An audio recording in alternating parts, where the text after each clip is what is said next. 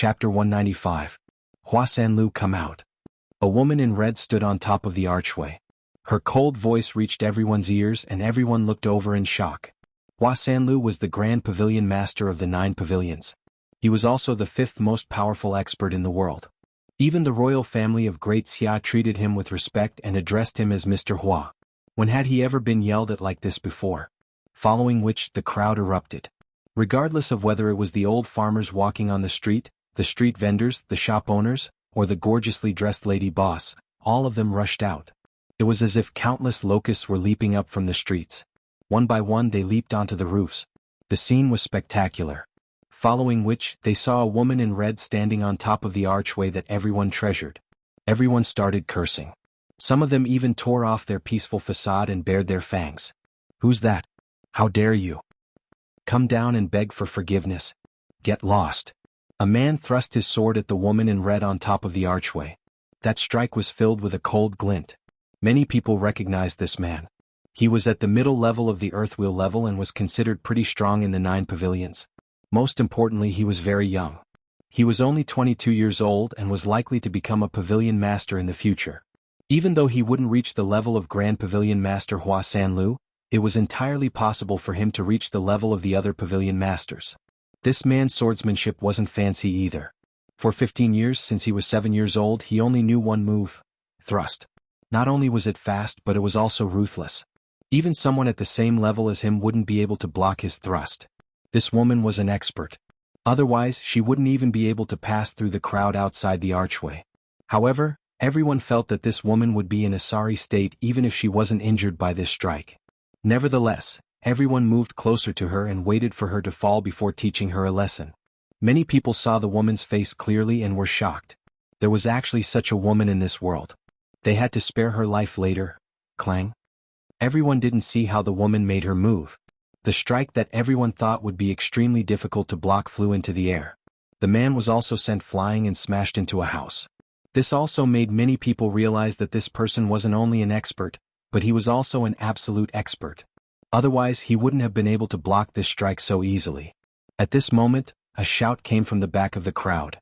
"Who dares to cause trouble here?" When he said the first word he was still at the back of the crowd.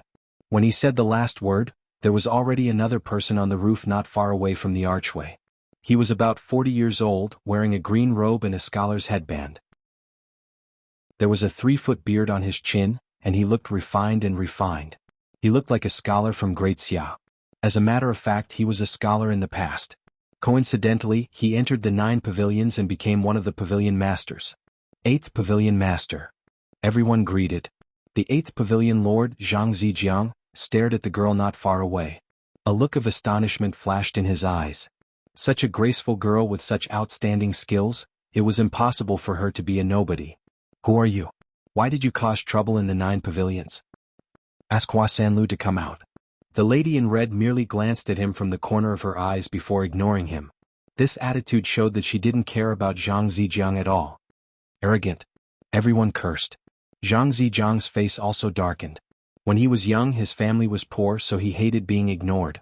Those who ignored him in the past, after he became proficient in martial arts, came knocking on his door and killed them all. Among all the Pavilion Masters in the 9 Pavilions, Zhang Zijiang was the most narrow-minded. "If you want to meet the Great Pavilion Master, I will have to test your skills first." Before he finished his sentence, he leaped up, and a pair of steel claws appeared in his hands, gleaming with a cold light. Seeing Zhang Zijiang make his move, everyone was relieved. No matter how capable this lady was, she wouldn't be able to win against the 8th Pavilion Master. Although the 8th Pavilion Master was only ranked 91st in the world, it also meant that there were only 90 people in the world who could defeat him. How many martial artists were there in the world?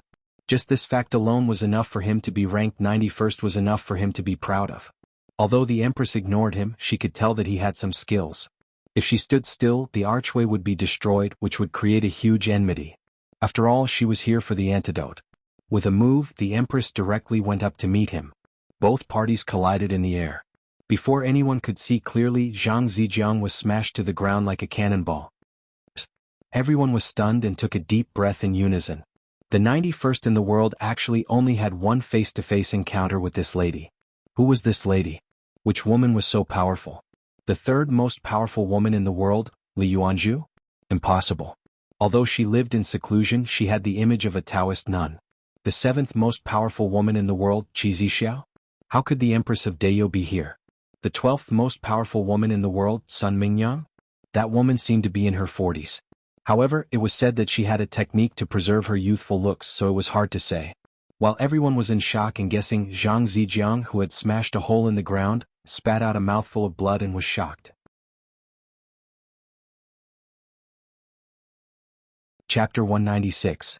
In front of the crowd was a man in a flowery robe. His hair was loose, his face was powdered, and there was even a cinnabar dot between his eyebrows. He was considered handsome, but his body was filled with a gloomy aura. This man was the 9 Pavilions Grand Pavilion Master, Hua Sanlu. He looked like he was in his early 20s, but in fact he was already over 50. There were 8 people standing behind him. They were all different in height, weight, and weight. There was an old man who was getting old, and there was also a young girl who was about 16. These 9 people occupied the top 100 positions in the world. Could also be said that they were notorious. After the 8th Pavilion Master, Zhang Ziliu, mastered martial arts, he killed everyone who looked down on him. The old man in his 70s or 80s was the 4th Pavilion Master, Lu Wu. When he was young, he killed his parents and fed their bodies to the dogs. The woman who looked like a young girl was the 5th Pavilion Master, Shi Qingjiao. She had once gone down the mountain to hide her identity and marry a rich man's son. On the night of the wedding, she killed everyone and left. Initially, some people thought that she did it because of hatred or emotional entanglements. However, she said, "I fell in love with him the moment I saw him. I wished I could stay with him until my hair turned white. However, I suddenly didn't like him anymore, so I killed him." The others also had different kinds of evil deeds. However, they didn't cause much of an impact. The 9 pavilions were powerful, and even if there were people who didn't like them, they couldn't do anything to them. The Pavilion Master is here. Greetings, Pavilion Master. When everyone saw so many rare people gathered here, they were in awe. At this moment, they were sizing up Qi Zixiao, the legendary lady. Qi Zixiao stared at Hua Sanlu. "Oh my, what day is it today for such a distinguished guest to come to my 9 pavilions? If I had known earlier, I would have gone out to welcome you. I just don't know why you, the Empress of Deyo, are here. Aren't you afraid that you won't be able to return?" Hua Sanlu smiled mysteriously and spoke in an exaggerated tone. "Give me the antidote for half-dead. Tell me what you want." The Empress didn't beat around the bush and went straight to the point. "A half-dead.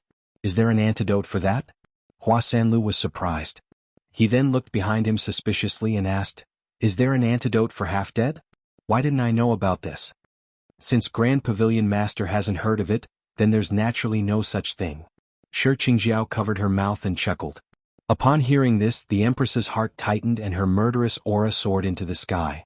If there was no antidote in the half-dead state, would that person be like a wooden man in the future? I remember now. There seems to be an antidote. My memory has been getting worse these past 2 years. However, I'm very curious. Who was the one who was afflicted with this half-dead poison that made you, the Empress of Deyo, personally come over to ask for it? Hua Sanlu chuckled. "I heard that you've been raising a gigolo recently. Could it be him? In the entire imperial court of Deyo, apart from Hongwu, there is probably no one else worthy of your attention." The Empress exuded a cold aura, and the surrounding temperature dropped by a few degrees. There was even a gust of wind blowing, causing the Empress's hair to flutter. "Give me the antidote." The Empress's voice was devoid of warmth. "Ayaya, you're the one begging me now. I'm so scared when you talk like that," Hua Sanlu said in a weird tone. Everyone burst into laughter. If they saw Qi Zixiao outside, they really wouldn't dare to do anything. But here, with Hua Sanlu, who was more powerful than Qi Zixiao, around, no one had the slightest bit of fear. To be able to laugh at the 7th most powerful expert in the world and see her suffer a setback, they might not have such an opportunity again in this lifetime. The Empress frowned slightly and the coldness in her body intensified. This Hua Sanlu was indeed the most ungraceful and disgusting one among the top 10 experts in Deyo. If it wasn't for the fact that she still wanted to get the antidote, she would have beaten him up without a second thought. "Give me the antidote and you can state your conditions," the Empress said again. So generous, so awe-inspiring. As expected of Qi Zixiao. "Since you said so, I'll state my conditions now." Hua Sanlu had a weird smile on his face. He pointed at the Empress and said, "I want you." Everyone laughed again. At this moment, a layer of ice could be scraped off the Empress's face. "The gigolo you are raising. Give him to me, I'll save him and he'll stay with me. How about that? I'm very curious about a man who can even charm someone like you. Hua Sanlu changed his tone and said. You're courting death. The Empress clenched her fists and said. In her entire life, who had ever spoken to her like this? If you brought along 1,500 winged cavalry warriors or Hongwu, I might not have dared to do it. But you came by yourself, why wouldn't I dare? Hua Sanlu laughed. What conditions do I have to give you the antidote? The Empress clenched her teeth and asked. Ayaya, you're really cute. You actually haven't fallen out with me yet? It seems like that person is really important. There aren't many opportunities like this, I have to think about it carefully. Hua Sanlu laughed again. Go, bring me the antidote, Hua Sanlu suddenly said to the person behind him. The 9th Pavilion Master, Zhu Lang, was plump and looked like a rich man. He had been wiping his sweat since he arrived. At this moment, after hearing Hua Sanlu's words, he immediately sighed and ran to the back.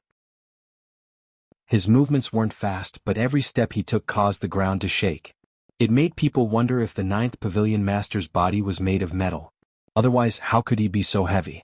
However, Zhu Lang was the person who researched medicine the most in the 9 pavilions.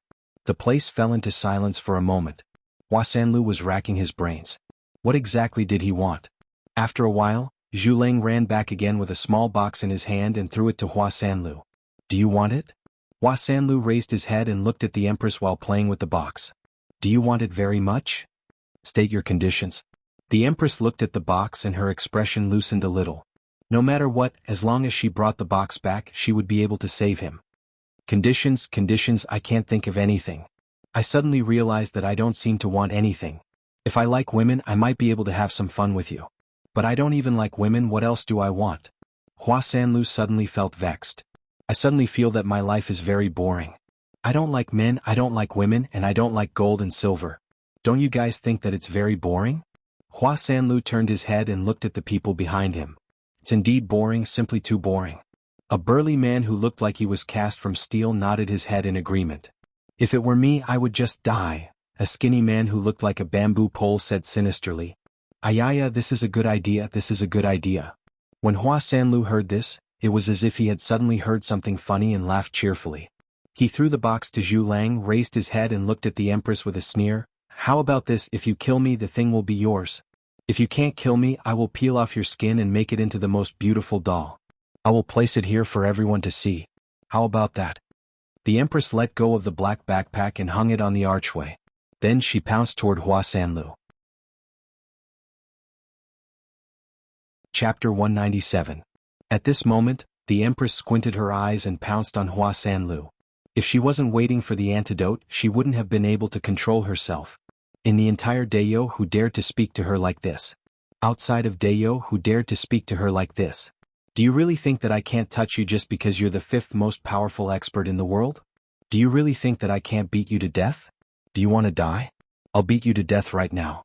At this moment, the Empress turned into an arrow in everyone's eyes. They could only see a blurry shadow, and from this they could see the Empress's speed. Before anyone could react, she exchanged a few blows with Hua Sanlu, who was on the ground. Following a loud bang, both of them were sent flying. Those who didn't have time to react were sent flying by the explosion. Other than the archway behind the Empress, all the other buildings collapsed with a loud bang. Only the archway, which looked old and colorful, wasn't affected at all. Even the black bag hanging on the archway wasn't affected at all. Everyone was overwhelmed with shock. Was this the strength of the top 10 experts in the world? The Empress did a somersault and fell from the sky. When Hua Sanlu landed, he stomped on the heads of 3 people in succession before stabilizing himself. However, he didn't seem to care at all. Instead, he laughed and said, "Interesting, really interesting." At the same time, he leaped more than 10 meters high before pouncing on the Empress. In everyone's eyes, an incomparably huge pitch-black saber appeared in the sky and slashed down with boundless momentum. Just that aura alone was enough to make many people unable to move. This was an ability that only a few spirit wheel experts could master and use, the embodiment of the spirit, or rather, God martial arts. After passing the heavenly barrier, one could advance to the God level. The difference between the God level and the previous ones was that the God level cultivator cultivated the spirit and condensed all the essence, chi and spirit in the body into God martial arts. Only after condensing God martial arts could one be considered a true top-notch expert. God martial arts was their strongest means of fighting the enemy. However, condensing God martial arts was a bottleneck for most people. Some spirit will experts even died because of this. This kind of thing happened frequently. Faced with this mountain-splitting saber, the Empress could even feel the sharpness of the saber. Both her eyes and even her hair turned blood red. This was the manifestation of the condensation of the blood and qi in the Aboriginal's body. The practitioners from the other countries would switch to practicing God martial arts after reaching the spirit wheel level, but the Aboriginals would always activate the power of their bloodline and spread the power of their blood throughout their bodies. The Empress opened her mouth slightly, and as she breathed, a white mist was spat out from her mouth like an arrow before dissipating. Hua Sanlu, who was in the air, realized that something was amiss earlier than the others. Previously, Qi Zixiao's strength made him feel a little strange. Even though she was strong, she seemed to be weaker than the seventh most powerful expert in the world. After he had condensed his god of martial arts, the speed at which she fell into a disadvantageous position was too fast. At this moment he realized that Qi Zixiao had actually not used her full strength all along. Now Qi Zixiao's aura was a notch higher than before and was still growing. She was about to reach the point where she could compete with him as an equal. What kind of martial arts was this that could actually increase her strength by a notch in such a short period of time? Interrupt her, we can't let her continue. Hua Sanlu suddenly had this thought. Die. Following Hua Sanliu's shout, his god of martial arts transformed into countless saber shadows and slashed at the Empress, who was standing on the huge rock. Phew. As the Empress exhaled a long breath, when she raised her head again, there was no longer any black color in her eyes. Her face was also covered with blood-red patterns. Roar. The Empress suddenly let out a roar and disappeared in an instant. When she reappeared, she was already in mid-air. She clenched her fists and faced the countless saber shadows. Boom, boom, boom, boom, boom. A series of loud collisions almost set off a sound wave. This time, even the 8 pavilion masters couldn't see what was happening on the battlefield. They could only see a black light that seemed to be engulfing everything.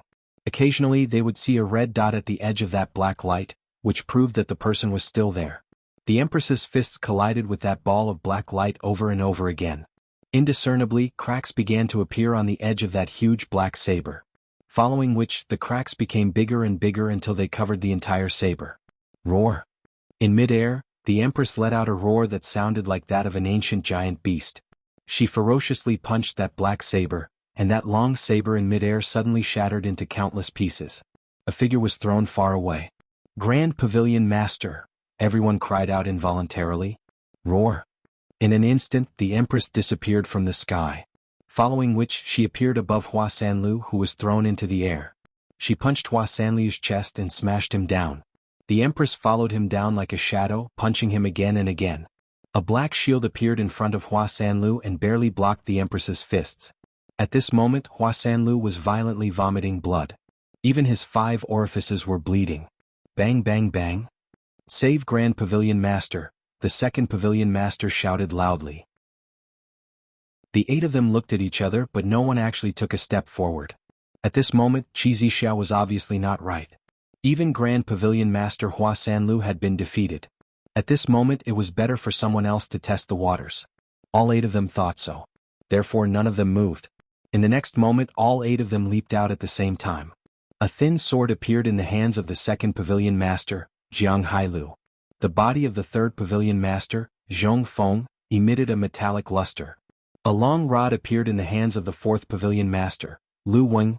Everyone had already condensed their god skills, but they had yet to reach the stage where they could enlarge and release their god skills like Hua Sanlu. They could only maintain stability when the god skills were formed in their hands. Bang! The Empress turned around in midair and ruthlessly stomped on Hua Sanliu's body. Immediately, a cloud of blood exploded in midair. The 8 people who had just leaped out immediately stopped in their tracks. Everyone's eyeballs were about to pop out.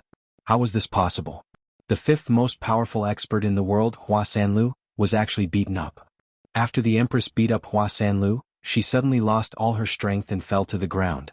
She barely managed to stabilize her body, and the veins on her body began to gradually disappear. However, her eyes were still suffused with blood. She raised her head and looked at everyone. Give me the antidote. Her voice was still cold. The might that she showed when she beat up Hua Sanlu was really terrifying. However, everyone could hear the frailty in her voice. The martial arts she used just now consumed too much of her energy. She can't hold on any longer. Everyone from the 9 pavilions, kill her. You will be rewarded handsomely, everyone shouted and their voices spread throughout the entire arena. Kill? Thousands of figures immediately rushed toward the Empress after hearing the order. Chapter 199. Kill her and avenge Grand Pavilion Master. Everyone shouted. The 9 pavilions had always been able to stand tall in the world because every generation's Grand Pavilion Master was ranked among the top 10 experts in the world. Furthermore, the other pavilion masters were not to be underestimated. Now that Grand Pavilion Master Hua Sanlu was actually dead, it was imaginable how shocked everyone in the 9 pavilions was. Everyone's eyes were filled with fear and murderous intent. They were afraid of Qi Zixiao's strength, but they were also filled with murderous intent. The 9 pavilions' illustrious reputation was not only earned by the pavilion masters, but also by the disciples who were like mad dogs that wanted to bite their opponents even if they died. Furthermore, everyone could see that the Empress's body was unstable. Following the shouts of seriously injured and kill, everyone rushed toward the Empress with bloodshot eyes. Among them, the fastest one wasn't anyone else but the fat, slow-moving 9th Pavilion Master Zhu Lang. He took a deep breath and his entire body became even fatter. Following which, he leaped into the air like a meteorite and smashed toward the Empress with a whistling sound. The Empress raised her head and saw thousands of people rushing toward her. Her eyes were filled with coldness and murderous intent. You guys are courting death. However, the most important thing right now was Zhu Lang, who was smashing toward her like a meteorite. The Empress pinched her fingers and made a series of crisp sounds. Just now, she suddenly displayed astonishing strength and defeated Hua Sanlu, who was ranked above her. However, she paid a hefty price for it. The burst of power just now caused her internal organs to suffer great damage. Now that the power had receded, the feeling of weakness and pain alternated from every part of her body to her brain. Now that her strength had dropped to 30% of her peak, she needed at least a month to recover from the damage she suffered and return to her peak. The pain from every bone and muscle in her body made her movements much slower. Facing Zhu Lang, who was smashing down from the sky, the Empress did not dodge. Instead, she clenched her teeth and threw a punch at him. I am Qi Zixiao, how can I be underestimated by all of you? The Empress thought to herself with a gaze as sharp as a knife. The moment her fist collided with Zhu Lang, the Empress felt Zhu Lang's body go limp. Her fist was directly wrapped in fat, and that fat was still trembling as it absorbed her strength. Bang! After the collision, Zhu Lang was sent flying into the air like a ball. The ground beneath the Empress's feet cracked. The other person, whose entire body was covered in a metallic luster, charged toward the Empress like a raging bull. It was the 3rd Pavilion Master of the 9 pavilions, Zhong Feng. Both he and Zhu Lang had fused their godly martial arts with their bodies. However, Zhong Feng's entire body seemed to be made of metal and was impervious to blades and swords. On the other hand, Zhu Lang's entire body seemed to be made of cotton that could deflect attacks. When the Empress and Zhong Feng's fists collided, a shockwave erupted from the point of contact. Zhong Feng retreated 5 to 6 steps while the Empress retreated 7 to 8 steps. This made everyone even more certain that the Empress was in a bad situation. One had to know that if the Empress was at her peak, even if Zhong Feng condensed the power of his divine martial and doubled it, it would still be difficult for him to withstand a punch from Qi Zixiao. But now he had the upper hand. From this, it could be seen that the Empress was in a bad situation. At the same time, Shi Qingjiao appeared behind the Empress like a ghost and stabbed her waist with a pair of daggers. The Empress punched the edge of the daggers with both of her fists, producing a metallic clashing sound. 2 more bloodstains appeared on the Empress's fists. A long rod struck out from the Empress's left side, aiming at all the vital parts of the Empress's body. At the same time, a mass of sword shadows shrouded the Empress from top to bottom. The Empress had no choice but to retreat. At this point in time, she was being attacked from all directions. If she was at her peak, she wouldn't care about these people. But now that her strength had dropped to 30%, her speed had decreased significantly. The 8 Pavilion Masters had condensed their heaven-grade weapons and their strength had increased tremendously. For a moment, the Empress was at a disadvantage. After receiving a rod strike, the sword shadows that filled the sky caused a few bloody lines to appear on her body. She seized an opportunity to rush out of the encirclement and leap toward the archway. The Empress raised her eyebrows and her heart was filled with murderous intent. If she wasn't willing to use this poison before, she would really be left here if she didn't use it now. Furthermore, she hadn't gotten the antidote yet. She couldn't leave, let alone escape. Qi Zixiao can't hold on any longer and wants to escape? Stop her. Seeing this situation, Jianghu calmed down and a glint of excitement flashed in his eyes. In front of the Empress was a swarm of disciples from the 9 pavilions. She leaped up and wanted to leap over the heads of the crowd. 20 to 30 figures leaped up at the same time, brandishing all kinds of weapons in their hands. In the next moment, those 20 to 30 figures fell like dumplings in a pot. The Empress was also blocked by this and paused for a moment. Once again, Shi Qingxiao appeared behind the Empress like a ghost and slashed 27 times consecutively, transforming into a round of sword light. Get lost. The Empress's face was as cold as snow. She turned around and smashed her fist back. Both sides separated upon contact. Shi Qingxiao let out a muffled groan as she was sent flying. The Empress's hand was bleeding. Using this punch, the Empress flew a few meters away again. More than 10 figures leaped up to intercept her. Get lost. After knocking everyone down, she stepped on someone's body and headed straight for the archway. Her target was the bag hanging on the archway?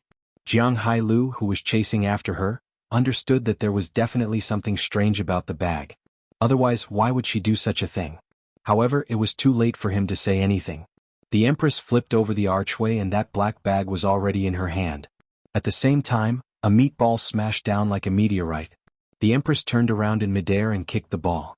Even though she repelled Zhu Lang, she was smashed back to the ground and was immediately surrounded by many disciples from the 9 pavilions.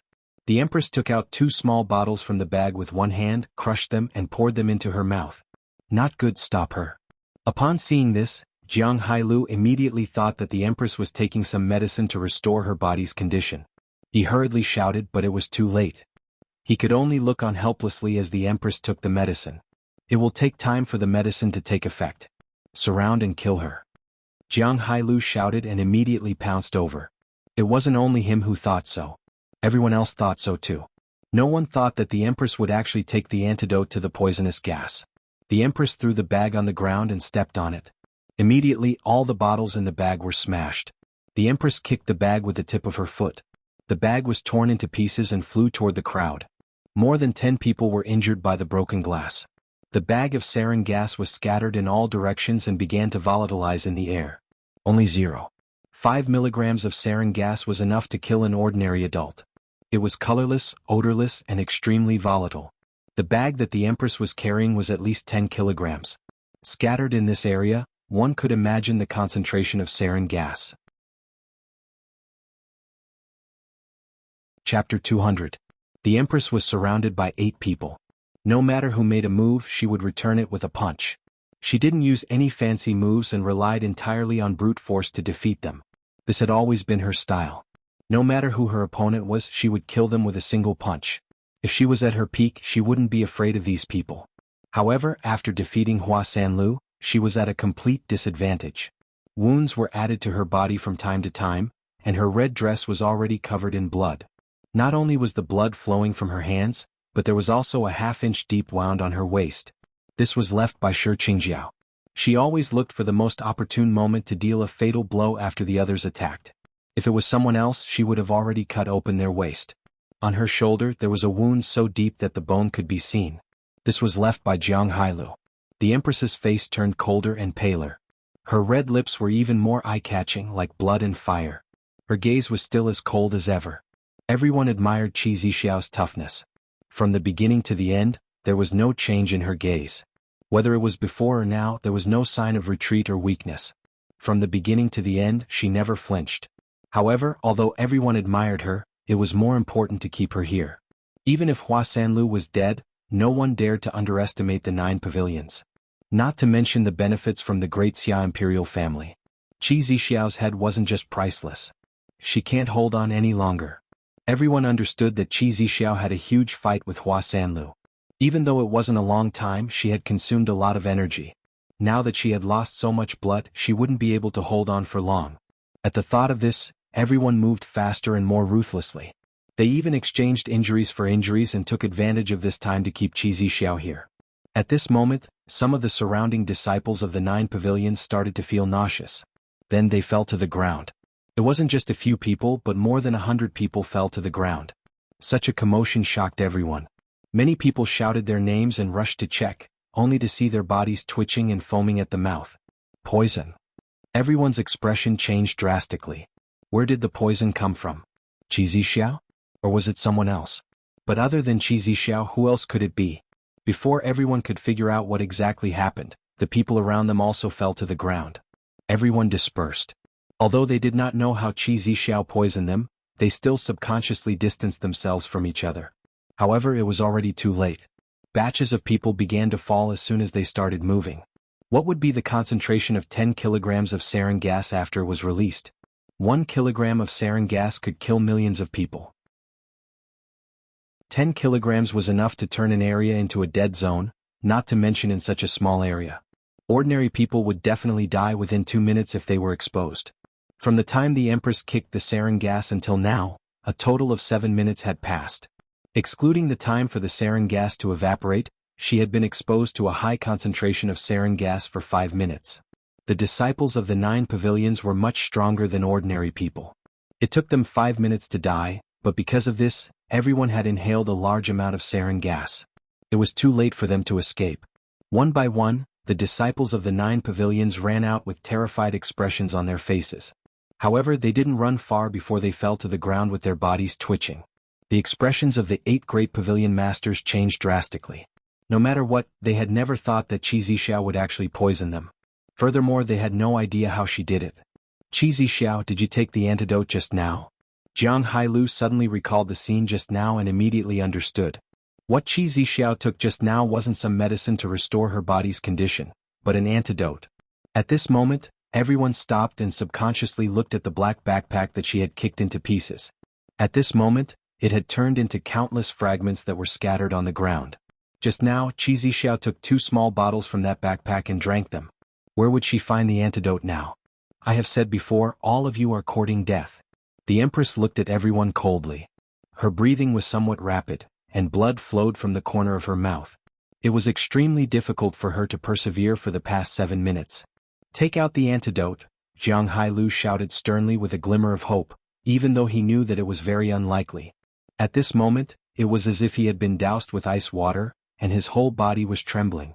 The faces of the others were deathly pale. Although they were still fine, it was only because they were stronger than ordinary disciples that they could persevere for a little longer. Antidote?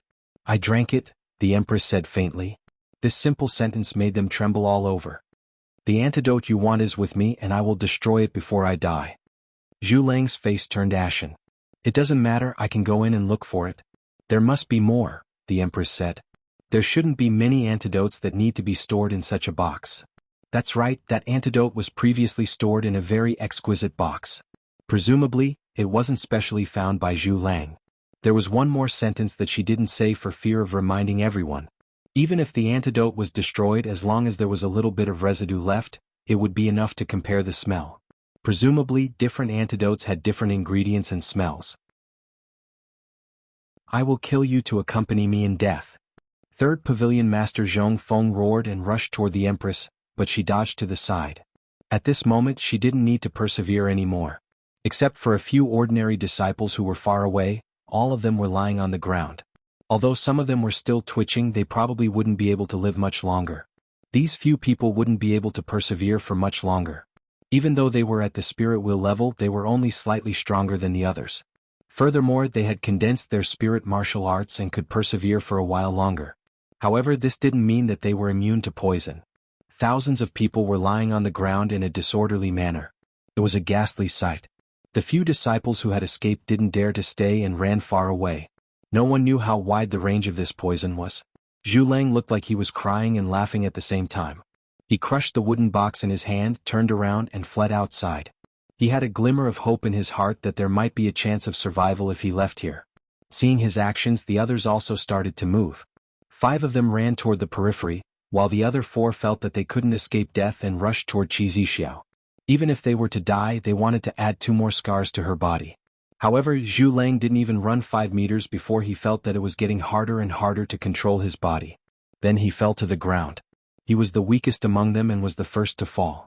The sound of Zhu Lang falling to the ground was like a heavy hammer hitting everyone's body. Everyone had a miserable look on their faces. Behind him was Zhang Zijiang, who was about to jump over the roof, but he fell head first. The Empress calmly dodged the attacks of the last 4 people and watched as they fell one by one. You can't leave Great Xia. Jianghu's eyes were filled with viciousness. After he finished speaking, he fell a few steps away from the Empress. The Empress stood there indifferently. Other than 3 to 5 people who had escaped, the rest of the people in the 9 pavilions had fallen in this kernel. She knew that she had to hurry. She understood a little about the sarin gas from the other world.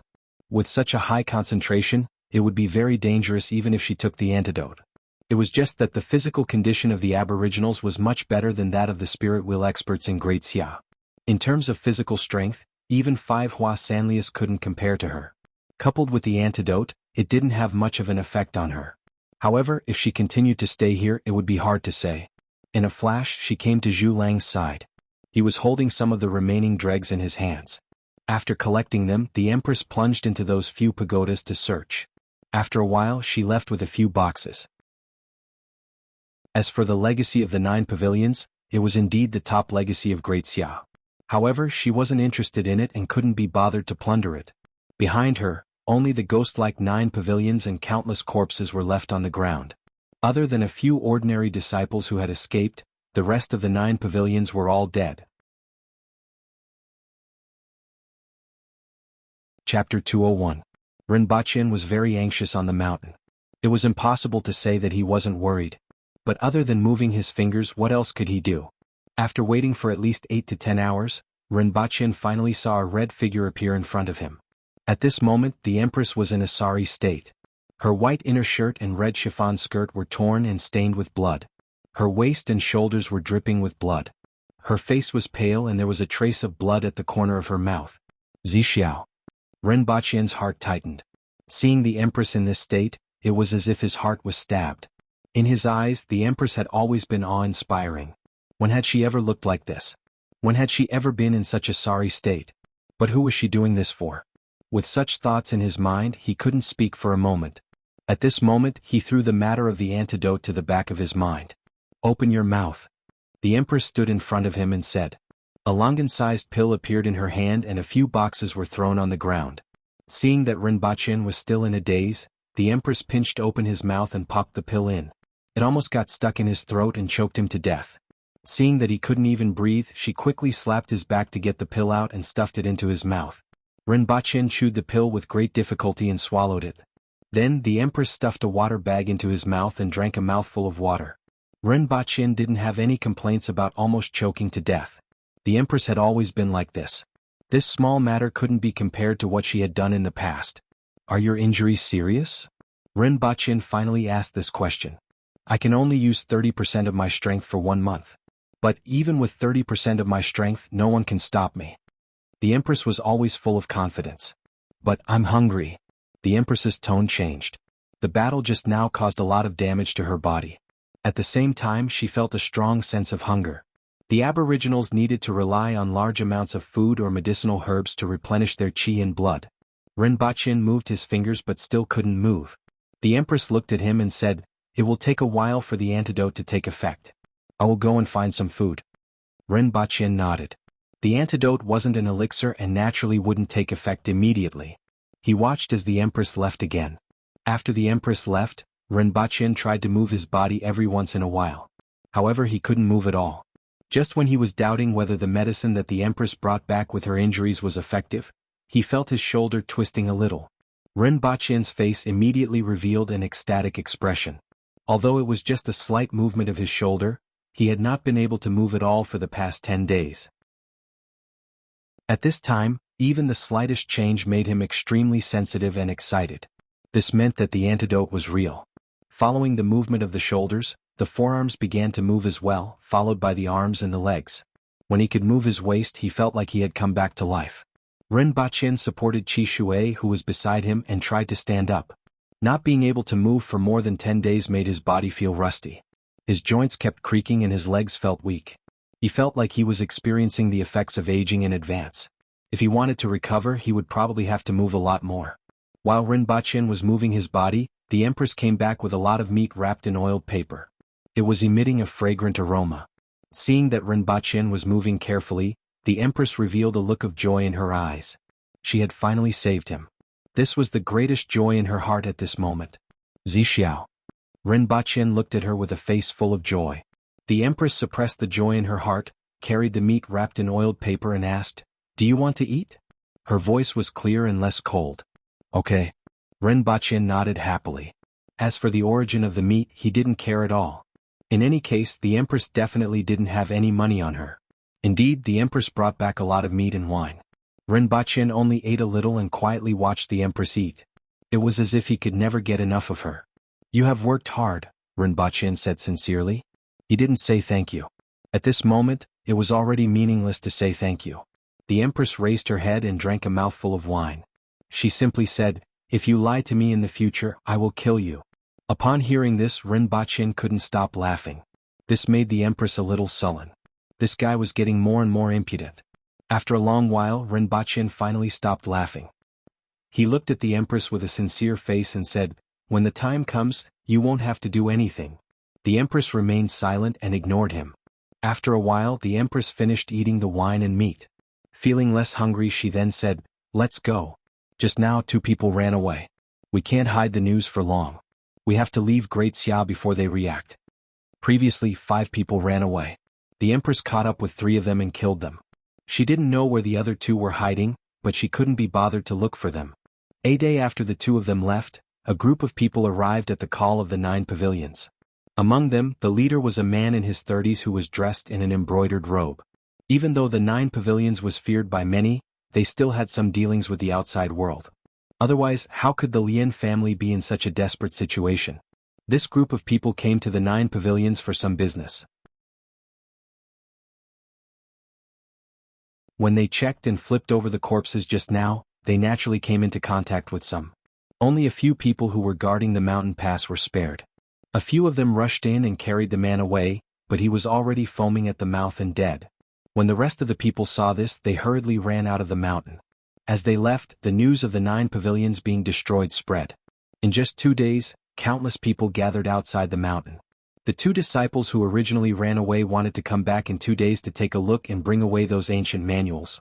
Therefore, they hesitated and did not spread the news of Qi Zixiao's arrival in Great Xia. It was just that they did not dare to go near for a while and were discovered by these people. It was only now that the others learned from the 2 disciples that Dayo's Empress, Qi Zixiao, personally came to the 9 pavilions, beat up Hua Sanlu, and used an unknown poison to kill the 8 pavilion masters and all the disciples of the 9 pavilions. Everyone was shocked. Subsequently, the whole world was shocked. Countless pigeons spread this news throughout the entire Great Xia in just 2 days, and then to the rest of the world. Countless people spread this news by word of mouth. Countless people were shocked by the fact that the 9 pavilions had been destroyed, and even more people guessed Qi Zixiao's strength. After all, she could beat up Hua Sanlu, which meant that she was ranked 5th in the world now. There were even more people guessing what poison Qi Zixiao used to kill thousands of people in the 9 pavilions, including the 8 pavilion masters, in such a short period of time. No one knew that the Empress of Dayo, Qi Zixiao, who was originally ranked 7th in the world, was actually an expert in using poison. Her identity, the strength that she had displayed, and the methods that she had displayed, all of them had shocked the world. At the same time, the troops at the border were getting ready, and countless experts were dispatched. No matter what, they had to make Qi Zixiao stay and not let her return to Dayo. Chapter 202. When the news of the destruction of the 9 pavilions spread, countless people in Great Xia were shocked. On Earth, in Istanbul, a man and a woman were shuttling through the streets and alleys of this famous tourist city like an ordinary couple. Every day there were countless such couples coming to this city from all over the world. As a result, it was hard to attract attention. If there was anything that caught people's attention, it would be the combination of that woman's exquisite and heroic face, as well as her ice-cold aura that kept strangers away. However, that feeling was completely gone at this moment. All her attention was on the Turkish barbecue meat in her hands, and she only occasionally glanced at the beautiful scenery around her. Rinpoche was also carrying a bag with all kinds of famous local snacks in it. The 2 of them bought and ate along the way. Rinpoche carried the bag along the way and the Empress ate along the way. Every time Rinpoche saw a snack, he would run over and buy it. He would try a little bit of it himself, and the rest would go into the Empress's mouth. Ever since the battle that day, the Empress's appetite had increased tremendously. She could get about 40 kilograms of meat from a 50-kilogram sheep, which was enough for a strong man to eat. The Empress could eat 2 of them leisurely, which was equivalent to her weight. No matter what food entered her stomach, it would be immediately digested and turned into essence energy, replenishing every cell in her body. During the 2 days of travel, the two of them would stop occasionally. The Empress would catch a few animals for Renbachien to roast. Then she would sit on Qi Shui's back and eat them elegantly, but at an extremely fast speed. This slowed down their travel speed by quite a bit. After returning to Earth, the two of them took the opportunity to recuperate. Renbachien took good care of his body since he was still a little weak. On the other hand, the Empress was a man of few words and focused all her attention on eating. However, Renbachien didn't know that under the Empress's calm expression, her entire body was in pain. It was just that she was tough and endured everything without batting an eyelid. She would only speak when she was hungry. Looking at the Empress finishing a Turkish barbecue and vegetable pancake, Renbachien handed her the lion's milk, which was Turkish liquor, that he had just bought from a restaurant. This kind of anise liquor was generally around 70 degrees. After mixing it with water or ice, it would turn milky white before being drunk. The Empress raised her head and gulped down half a bottle of lion's milk that had been mixed with ice cubes. Her face was slightly red as she had already drunk 3 bottles of lion's milk along the way. Yes, she hadn't stopped eating since she arrived in the morning. The food that she ate while she was on the road in Great Xia wasn't enough for her. However, she was able to catch some animals from time to time for Renbachien to roast and eat since they were on the road. Now that she had returned to the safety of Earth, she could finally eat to her heart's content. Renbachien looked at the corner of the Empress's mouth and used his finger to rub it. The Empress paused for a moment, turned her head to look at him, lowered her head, and continued to look at the multi-layered pancake in her hand. Then she gently bit it. The two of them walked around for a long time, but they didn't feel much about the beautiful scenery and exotic flavors here. However, they had an intuitive understanding of the snacks here. In the afternoon, the two of them went to the beach in Istanbul, near the mouth of the Black Sea. There were many people on the beach and hot beauties in bikinis could be seen everywhere. They had beach mats under their bodies and were lying there basking in the sun. The two of them stood near the beach. Renbachien's gaze roamed around the beach. All kinds of hot beauties in bikinis were a very common sight in this world, but it made the Empress raise her eyebrows. "Do they look good?" the Empress asked coldly. "No, they can't be compared to you. There's no comparison at all. You can see that my gaze isn't on them." Renbachien turned his head to look at her and shook his head.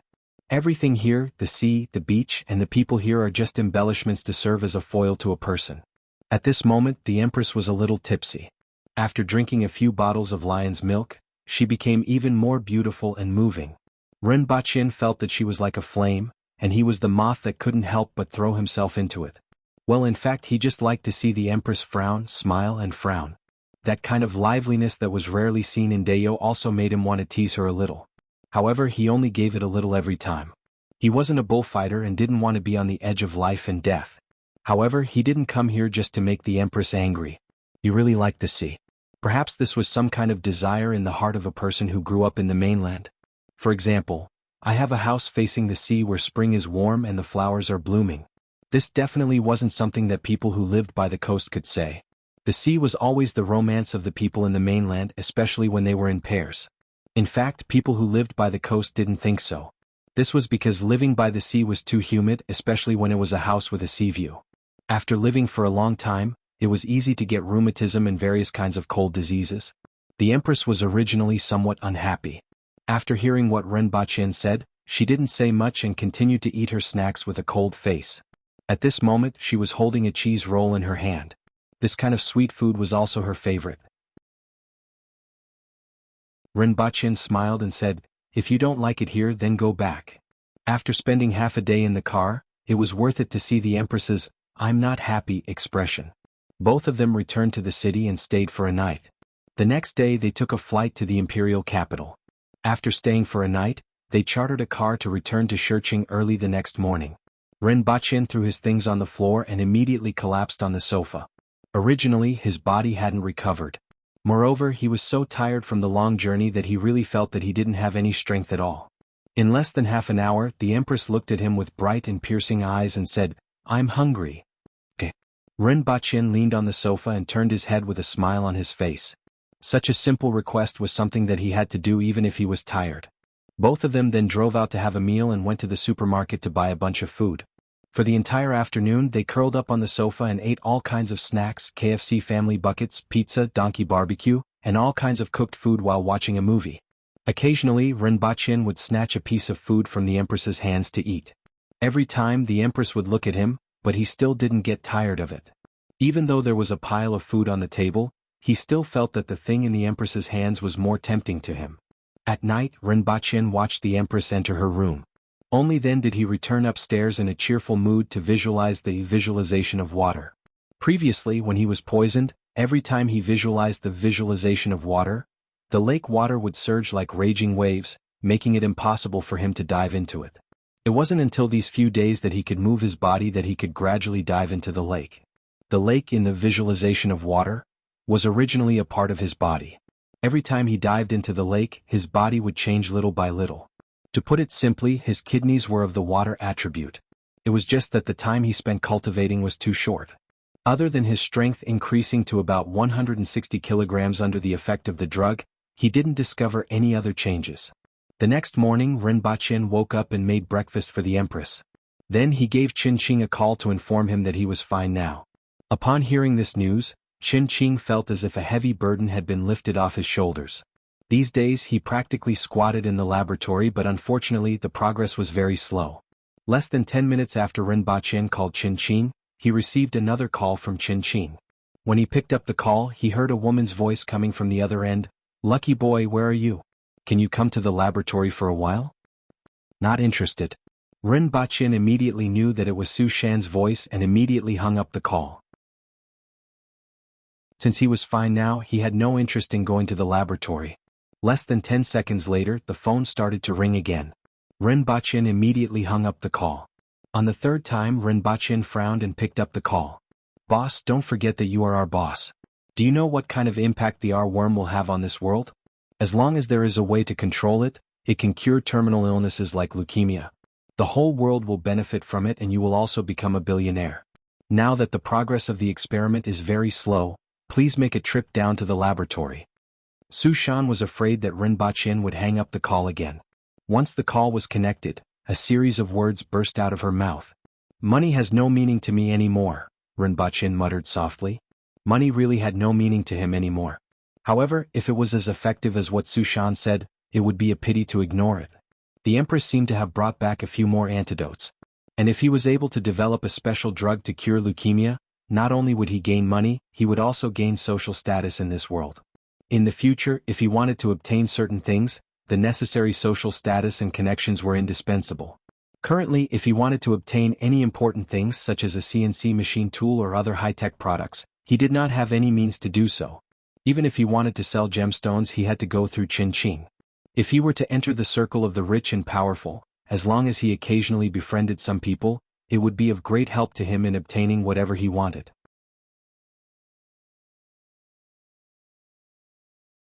Chapter 203. In the afternoon, Rinpoche and the Empress brought the antidote to the bottom of the building where the laboratory was located and gave Qin a call. Not long after, Su Shan and Sun Qing directly ran downstairs to pick him up. It seemed like they couldn't wait any longer. Upon seeing him, they immediately pulled him over and carefully examined him from top to bottom. "That's enough from the both of you." Rinpoche looked unhappy. "The last time he was poisoned, the both of you checked for a long time but to no avail. Now you two are touching me from top to bottom like perverts. What do you two want?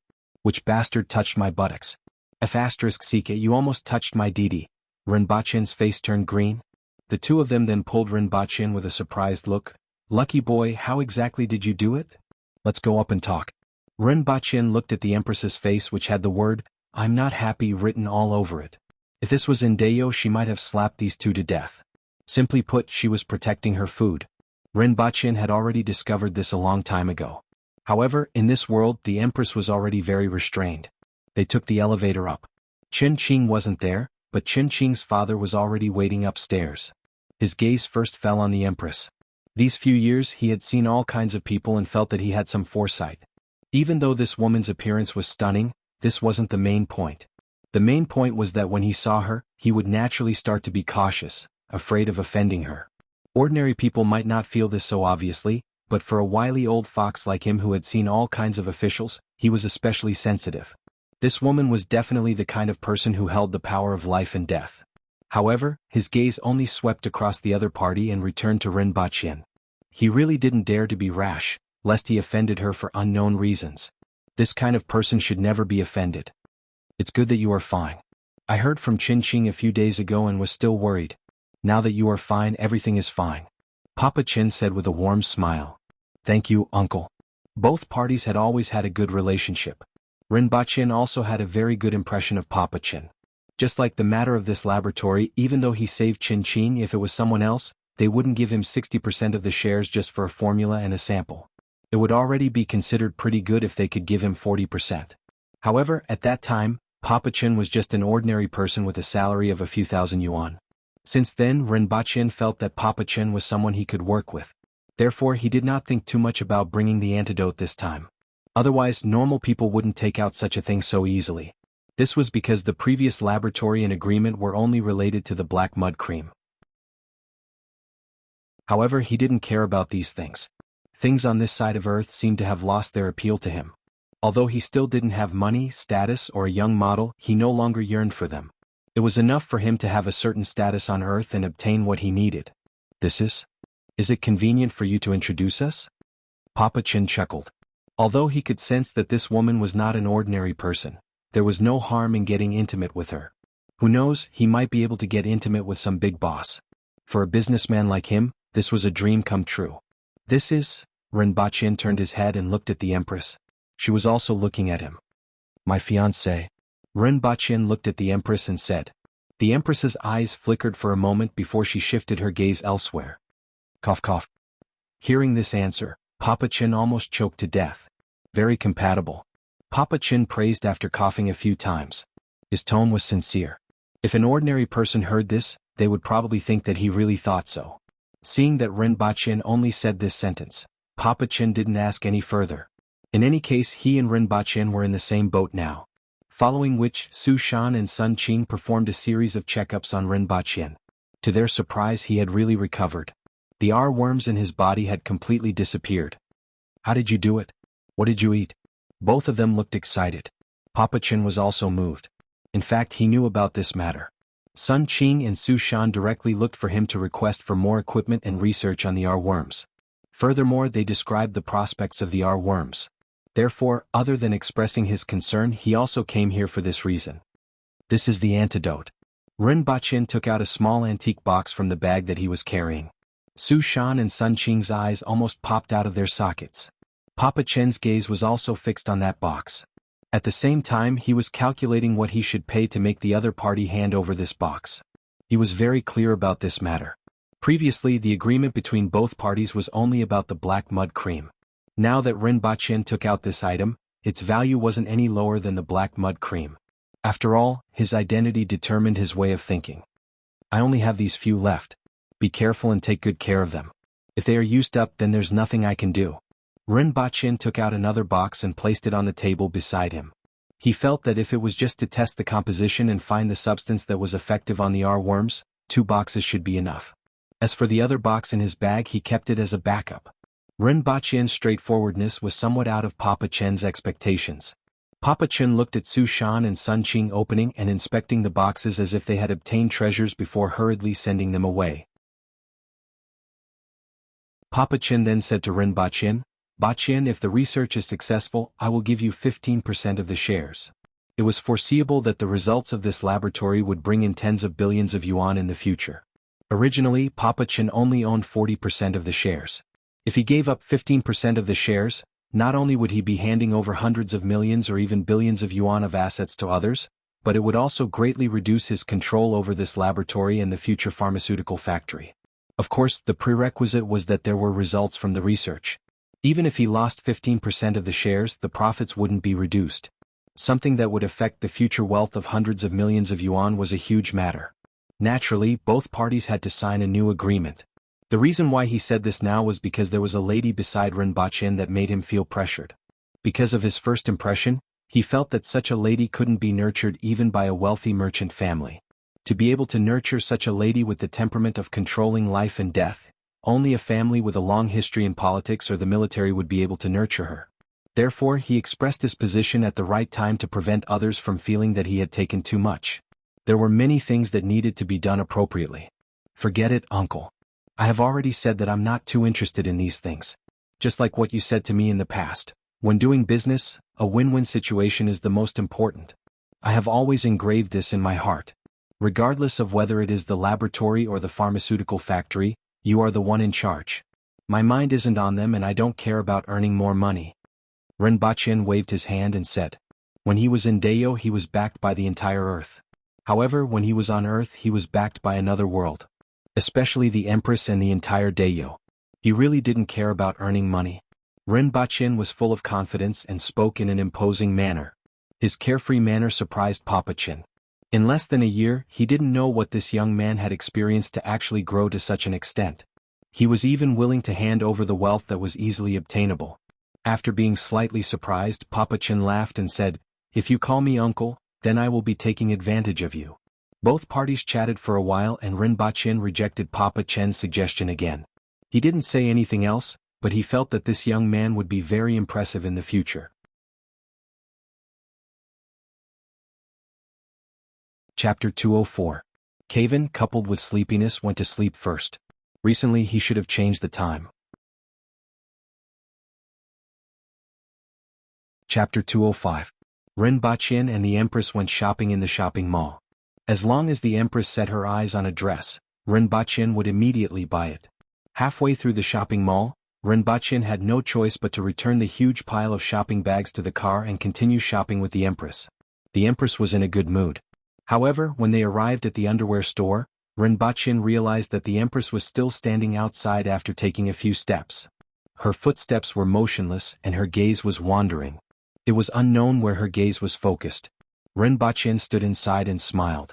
He casually chose 7 or 8 types of women's underwear and asked the shop assistant to find the right size and wrap them up. The underwear shop assistant also felt that it was a little funny.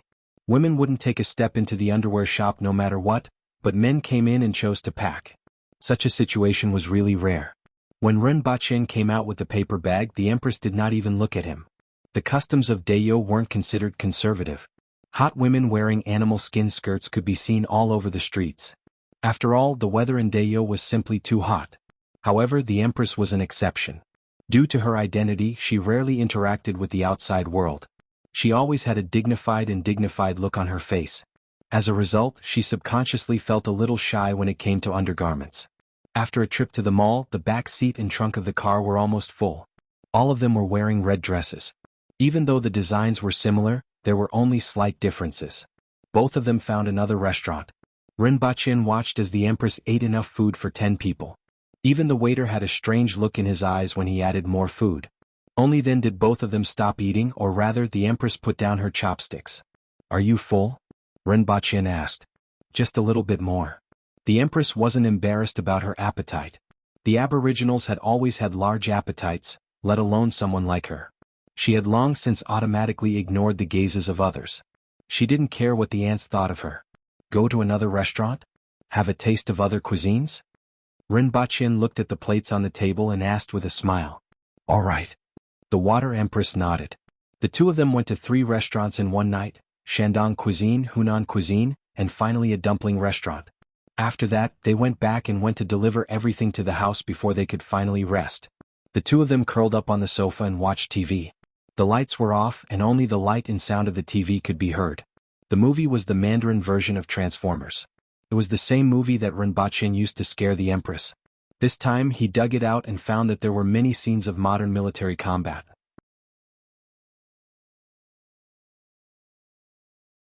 Even if they were divided into 10 teams, it would still be hard to avoid being detected, someone answered from below. "As long as one of the teams can find Her Majesty, we will know her location," Hongwu said in a deep voice. Every team of the winged cavalry had a carrier pigeon that was used to send messages. Right now, he was waiting for news from the winged cavalry so that he could personally escort Her Majesty back. Everyone sighed in despair. The longer Her Majesty was in Great Xia, the more dangerous it would be. It was the same for the winged cavalry. Everyone also knew that they could only wait for the winged cavalry's carrier pigeon, as Hongwu had said. "Sir, there's news about Her Majesty." While everyone was still pondering in the room, someone suddenly ran in quickly. Upon hearing this, everyone's face lit up. They were afraid that there wouldn't be any news, and as long as there was news, it was a good thing. What news? Speak. Hong Wu's eyes lit up. Her Majesty killed Hua Sanlu in the 9 pavilions and used poison to destroy the 9 pavilions. Only 2 disciples escaped, the soldier said loudly. The room was silent at first, then everyone burst into an uproar. The information contained in this sentence was too great.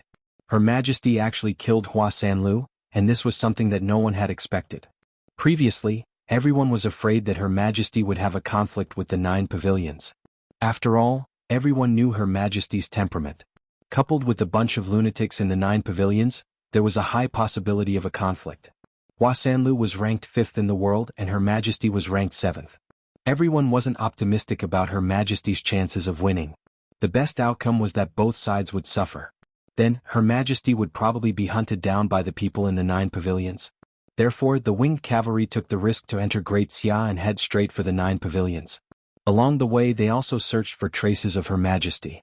If Hong Wu didn't know that he couldn't catch up with Her Majesty and that he had to stay in Ping City, he would have gone to the 9 pavilions first. However, no one expected Her Majesty to actually kill Hua Sanlu. This was really beyond everyone's expectations. There was another piece of news that was even more unbelievable than the previous one. Who didn't know what Her Majesty was like? She had always been straightforward. Since when did she know how to use poison? Furthermore, even though the 9 pavilions weren't considered the best in terms of using poison, they weren't too weak either. However, Her Majesty was actually able to poison everyone in the 9 pavilions to death? According to this piece of news, only 2 disciples escaped, and the 8 pavilion masters were also dead? What exactly was going on? This time, Her Majesty only left with Imperial Deputy Prefect Rinpochen. Could it be that Rinpochen was an expert in using poison? Furthermore, he was an expert who could destroy the 9 pavilions with poison? This thought emerged in everyone's mind. Other than this, there was no other explanation. Is there any other news? Where is Her Majesty now? Hong Wu suppressed the shock in his heart and asked in a deep voice. It is said that Her Majesty is seriously injured and her current whereabouts are unknown. Her Majesty reached the 9 pavilions 4 days ago and left on the same day, that soldier continued. Bang. The table under Hong Wu's palm instantly turned into sawdust. At this moment, Qi Shui, which was carrying the Empress and Rinpochen on its back, suddenly stopped running. It lowered its body and looked at the 2 ladies in front of it vigilantly. Both of them were dressed like Taoist nuns. One of them wore a headband on her forehead and a pendant hung between her eyebrows. She had an ethereal temperament and was exceptionally beautiful. She didn't look like a woman of this world and her eyes were as clear and tranquil as a lake.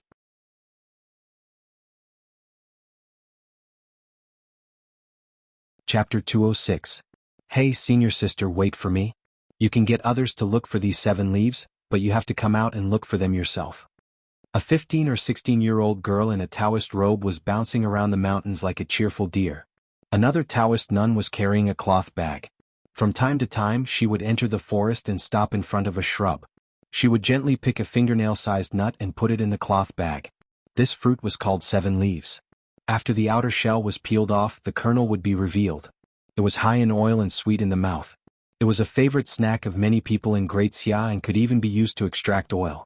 It was very expensive for ordinary people who couldn't bear to eat it after picking it in the mountains and sold it in the city. However, this thing was nothing to the Taoist nun. As long as she opened her mouth, countless people would come to her door and she wouldn't be able to eat it in her lifetime. Therefore, she didn't understand why senior sister would go up the mountain to pick the 7 leaves every year at this time. Moreover, she had to go so far. It was those guys who had picked all the 7 leaves near the Taoist temple. Senior sister and she had to run for a long time to find this place. Wasn't it all about eating? What was the difference? Wouldn't it be more fragrant if she picked it herself? You will know in the future. The otherworldly woman smiled faintly. Her smile was plain and modest. She was Li Yuanzhu, the 3rd most powerful expert in the world. If Hua Sanlu was said to be the most hated person among the experts, she was the most admired person in Great Xia. Ever since she became famous, she had never killed a single person, nor had her hands been stained with blood. She had always been plain and modest, making people feel close to her. Even a woodcutter or an old woman from a farmer's family wouldn't feel uncomfortable when they saw her. At most, they would say that this girl was really beautiful. This was a woman who was like a fairy in everyone's heart. The other 15 or 16-year-old girl was called Ning Qing. She was said to be Li Yuanzhu's junior sister, but in fact, Li Yuanzhu's master had died long ago. Ning Qing was just taking in a disciple on behalf of her master. At this moment she said that she was going to accompany Li Yuanzhu to pick the 7 leaves, but she jumped around the moment she entered the forest. She liked everything she saw, be it a red leaf or a beautiful stone. Occasionally she would yell and chase after a small beast, but she didn't pick a single 7 leaves. While Li Yuanzhu plucked the 7 leaves, Ning Qing played for the whole afternoon before returning to Li Yuanzhu's side. She pretended to help pluck a few leaves, but her eyes were attracted by a few bugs. Li Yuanzhu smiled helplessly when she saw her expression. She was always like this and couldn't stop. "Oh right, senior sister, that Qi Zixiao is also very powerful. I heard that she killed Hua Sanlu. Hua Sanlu was ranked 5th in the world. His ranking was even higher than hers, but he was actually killed by her." Ning Qing was jumping up and down again. Suddenly she recalled something she heard and turned her head to say, "Of course." Li Yuanzhu pursed her lips and smiled. "I didn't expect Qi Zixiao to come to the great Xia dynasty. She could have been an emperor, but she went to fight with Hua Sanlu." Ning Qing asked curiously. Li Yuanzhu recalled the information she had heard and found it very interesting and unexpected, but she didn't say it out loud. She never liked to talk about such gossip. "It would be great if I could meet her. I heard that she is the most beautiful woman in the world. I really want to see what she looks like, but she is definitely not as beautiful as senior sister," Ning Qing mumbled again. Her senior sister had a mild temperament and didn't care about anything. However, she paid a lot of attention to the other woman in the top 10 experts in the world. After all, there was a similar age gap between them and they were the only 2 women in the top 10 experts. It was inevitable that they would often be compared to each other. Ning Qing naturally didn't like it and subconsciously felt hostility toward the Empress. The 2 of them walked, picked, and played along the way. After going over another mountain, Li Yuanzhu straightened her body and turned her head to look. She felt a very strong aura rapidly approaching them. Her perception was considered very strong, but it couldn't cover a large range. She only sensed it when the other party was within a kilometer. "Senior sister, what's wrong?" Ning Qing asked curiously. "Someone is coming. It's an expert, but his aura is weak. He should be injured," Li Yuanzhu said without much expression. No matter who it was, she wouldn't be too concerned. It was just that Ning Qing was beside her, and it wouldn't be good if she didn't pay attention to the other party and Ning Qing got into a conflict. "An expert? Senior sister, he must be very powerful if you say he's an expert. He's even injured. Don't tell me it's Qi Zixiao?" Ning Qing laughed as she spoke. Although she wanted to see that famous woman, the world was so big. It would be too much of a coincidence if they could meet here. No matter how she thought about it, it was impossible. Li Yuanzhu remained silent.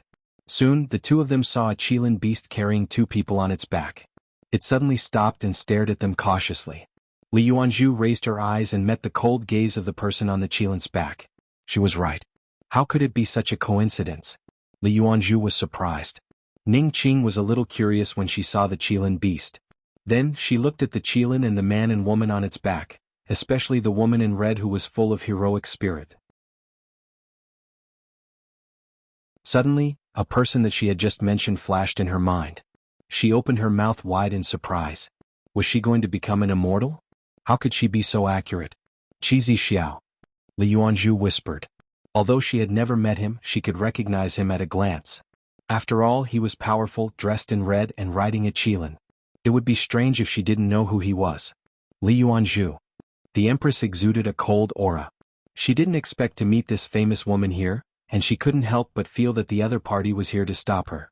However, how could she retreat when she saw this woman who was as famous as herself, even if she was only left with 30% of her strength?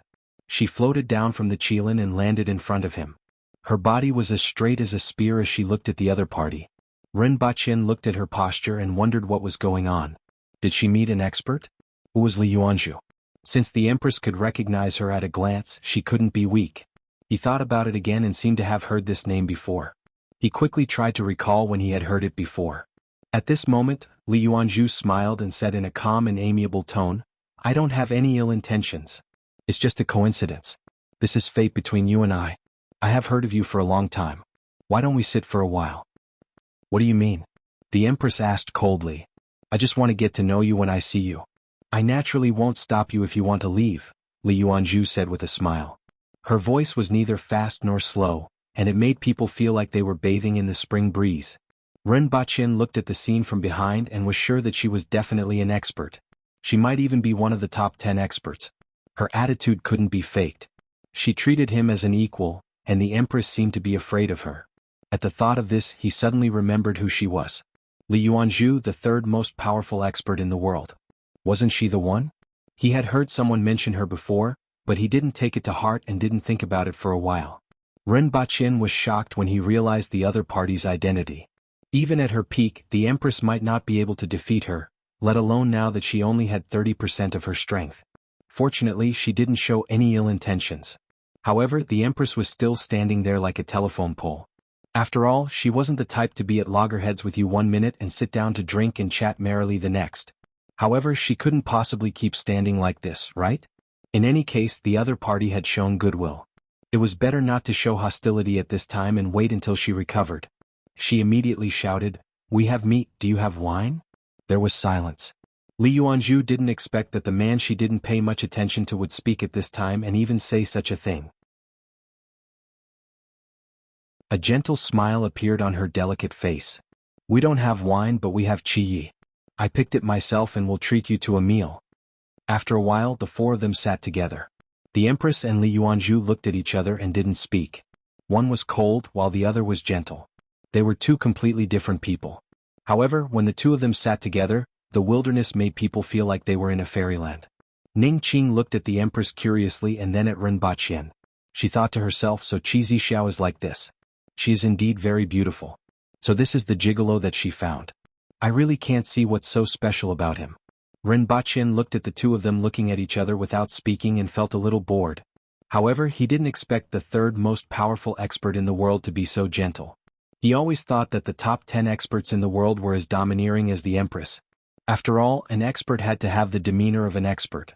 The other girl, who was about 15 or 16 years old, looked at the Empress and then at him. She looked like she was looking at a rare animal, which made him feel a little awkward. "Senior sister is more beautiful," Ning Qing suddenly said after looking at her for a long time, breaking the silence in the field. Other than her, no one else would have seen these two peerless experts say such words when they were together. Li Yuanzhu looked apologetic, stretched out her lily-white hand, and gently patted Ning Qing's head twice, blaming her for talking nonsense. Ren Baqin felt that the Empress's body and face became even colder. After thinking about it, he felt that the Empress and Li Yuanzhu were currently in a state of defeating you with their eyes. He had an obligation to help the Empress regain her dignity. However, it was hard to tell who was better in terms of appearance as they were both different.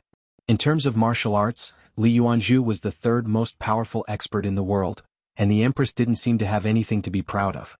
Ren Baqin's eyes lit up as he looked at her. Zixiao has big breasts. Ren Baqin killed her with a single blow. Li Yuanzhu was as beautiful as a fairy and had an otherworldly aura that made her seem like a fairy who had fallen into the mortal world by mistake. However, she had a flat chest, at least in his eyes. Not only her but the person beside her was also like this. As a result, Ren Baqin's words were extremely lethal. Ning Qing looked at the Empress's chest, looked at her senior, and then lowered her head to look at herself. Immediately her face turned ugly. Even a lady like Li Yuanzhu had her otherworldly aura shattered by this sentence. She subconsciously glanced at the Empress, and her ears turned slightly red.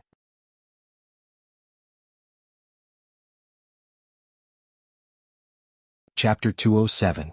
Ren Baqin had stabbed both of them in the heart. It was a stab in the heart. Even Li Yuanzhu's calm demeanor was broken. She was embarrassed and annoyed, let alone Ning Qing. Her mouth was so red that a soy sauce bottle could be hung on it. She glared at him with extreme hatred and wished she could bite off a piece of meat. Ren Baqin then acted as if nothing had happened. He took out a packet of spiced beef and said, "Do you want to try it? It's a specialty from my place and tastes pretty good." Li Yuanzhu didn't know what to do with such a person. She had a hard time when she was young. When she grew up, everyone treated her with respect. For 10 years, no one had treated her like this, giving her a red date after giving her a slap. Did he think she was a child? However, she really couldn't lose her temper.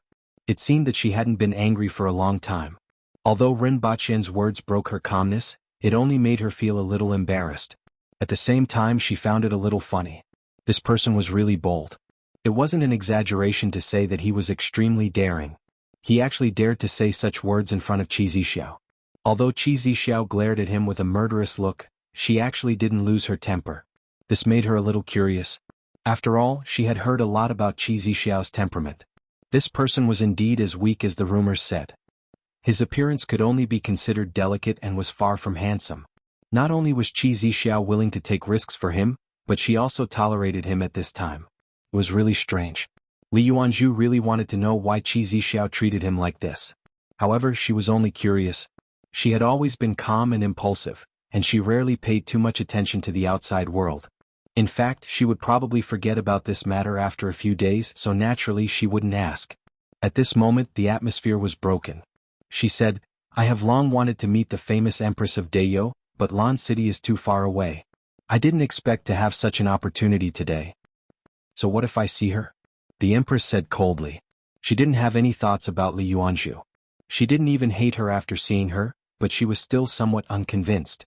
She was ranked 7th and now she was ranked 5th. The other party was ranked 3rd. It was a pity that she only had 30% of her strength left. Otherwise she would have given it a try. "Your reputation is well deserved." Li Yuanzhu smiled gently. The Empress snorted. Ning Qing looked at Li Yuanzhu and then at the Empress, feeling displeased. "Senior sister is such a good person, why do you keep snorting? Not to mention that you're seriously injured right now, even if you were in perfect condition, you wouldn't be able to defeat senior sister." "Senior sister is number 3 in the world," Ning Qing said proudly as she raised her head. "Li Yuanzhu is ranked 3rd in the world and you're only ranked 7th. What's there to be arrogant about? Besides, you're seriously injured." It was a very simple and childish thought. After all, he was only 15 or 16 years old and had grown up in a Taoist temple. He did not know much about the ways of the world and his personality was jumpy. Everyone in the monastery doted on her, and she did not feel that there was anything wrong with it. However, these words caused the Empress to become even colder. Her eyes were filled with battle intent. If not for her severe injuries, she would have started fighting immediately. "Sorry, she has a childish temperament," Li Yuanzhu apologized with a sincere look in her eyes. Then he turned to look at Ning Qing. "Don't talk nonsense again or I won't bring you out next time." However, his tone was not stern at all. Ren Baqin pondered. He was still a child. His next sentence should be, "Don't ever let her off, right?" What would they do when they grew up? What was the point of having the police? However, what she said was the truth. At most, he would be reprimanded for talking nonsense and making an unintentional mistake. However, this would be even more hurtful. "Zixiao has big breasts," Ren Baqin said with certainty. Ren Baqin felt that he was Feng Qingyang now.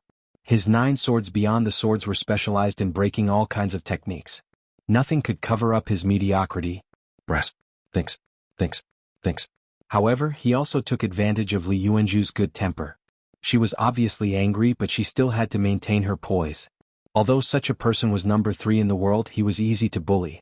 If it was someone else, let alone number 3, even if he was number 10 in the world, Ren Baqin might not dare to poke at their wounds. Ning Qing's face turned green. She had never hated someone so much in her life. She would bite him to death. The smile on Li Yuanzhu's face could no longer be maintained. It was not easy to get over the matter just now, but Ren Baqin poked both of their chests again. For the first time she felt that she hated this person a little. The Empress was about to fly into a rage out of humiliation. Her ears were completely red and she wanted to slap the guy beside her to death. However, when she saw the stiff smile on Li Yuanzhu's face, she immediately withdrew her coldness and smiled instead. When she withdrew her coldness and smiled like a flower, it was exceptionally captivating. This smile disappeared in a flash. After all, winning in this aspect wasn't something to be proud of. In her heart, strength was always the first priority. "You have seen enough. I'm leaving," the Empress said. She lifted Ren Baqin's collar and landed on Qi Shui's back in a few flashes. She still had the attitude of a victor. The two of them stopped and sat with each other for a while. Ren Baqin ruthlessly stabbed both of them in the heart. When they passed by, Qi Zixiao raised her hand and threw a bottle at them. Li Yuanzhu subconsciously caught it. Only when the Kirin was nowhere to be seen did Ning Qing scream hysterically. "That slut! How could Qi Zixiao be so blind as to fall for him? Senior, why didn't you slap him to death? He actually dared to compare you with Qi Zixiao." Li Yuanzhu shook her head slightly and was speechless. That guy was simply a jerk. She looked at the bottle in her hand. It was like white jade and the fragrance of wine wafted out after unscrewing it. Was he treating her to a drink? Li Yuanzhu smiled at the thought of this. Senior, why are you still smiling? I'm so pissed, Ning Qing said resentfully. After the two of them were far away, Rinpochen smiled and said, Zixiao, I have avenged you. It would have been better if he hadn't mentioned this. Now that he mentioned it, the Empress was furious. Since when did she rely on this to suppress others? Also, what were his eyes looking at? She had really embarrassed herself today. Moreover, it was in front of Li Yuanzhu. Although she had already realized that this world didn't seem to care much about this, and there were always models wearing underwear on TV and bikinis on the beach, she still found it hard to accept. She really wanted to slap Rinpochen, but in the end she couldn't do it. After holding back her anger for a long time and thinking about Li Yuanzhu's expression just now, she felt an inexplicable sense of pleasure and satisfaction. The two of them traveled for another day. When they crossed a mountain, they heard a series of battle cries. Both of them rode on Chishui and looked down from the mountain ridge. All they could see was chaos below. One of them was the Great Xia army with a few thousand soldiers. The other side was leaping and launching a surprise attack towards the army. More than 100 figures charged towards the front of the army formation. The tens of people at the front braved the rain of arrows and leaped into the army formation. However, tens of figures also leaped out from the army formation and blocked them so that they wouldn't be disrupted by the attack. At this moment, the people at the back of the group leaped up and landed in the formation, setting off a rain of blood. This is the winged cavalry? The Empress took a closer look and recognized the identity of these people. After all, she couldn't be more familiar with the equipment of the winged cavalry. However, why were they here and even colliding with the Great Xia army? At this moment, the formation of the Great Xia army suddenly changed. Other than the soldiers that were entangled, the others formed a circle under the command of the winged cavalry and surrounded the group of more than 100 people and their opponents.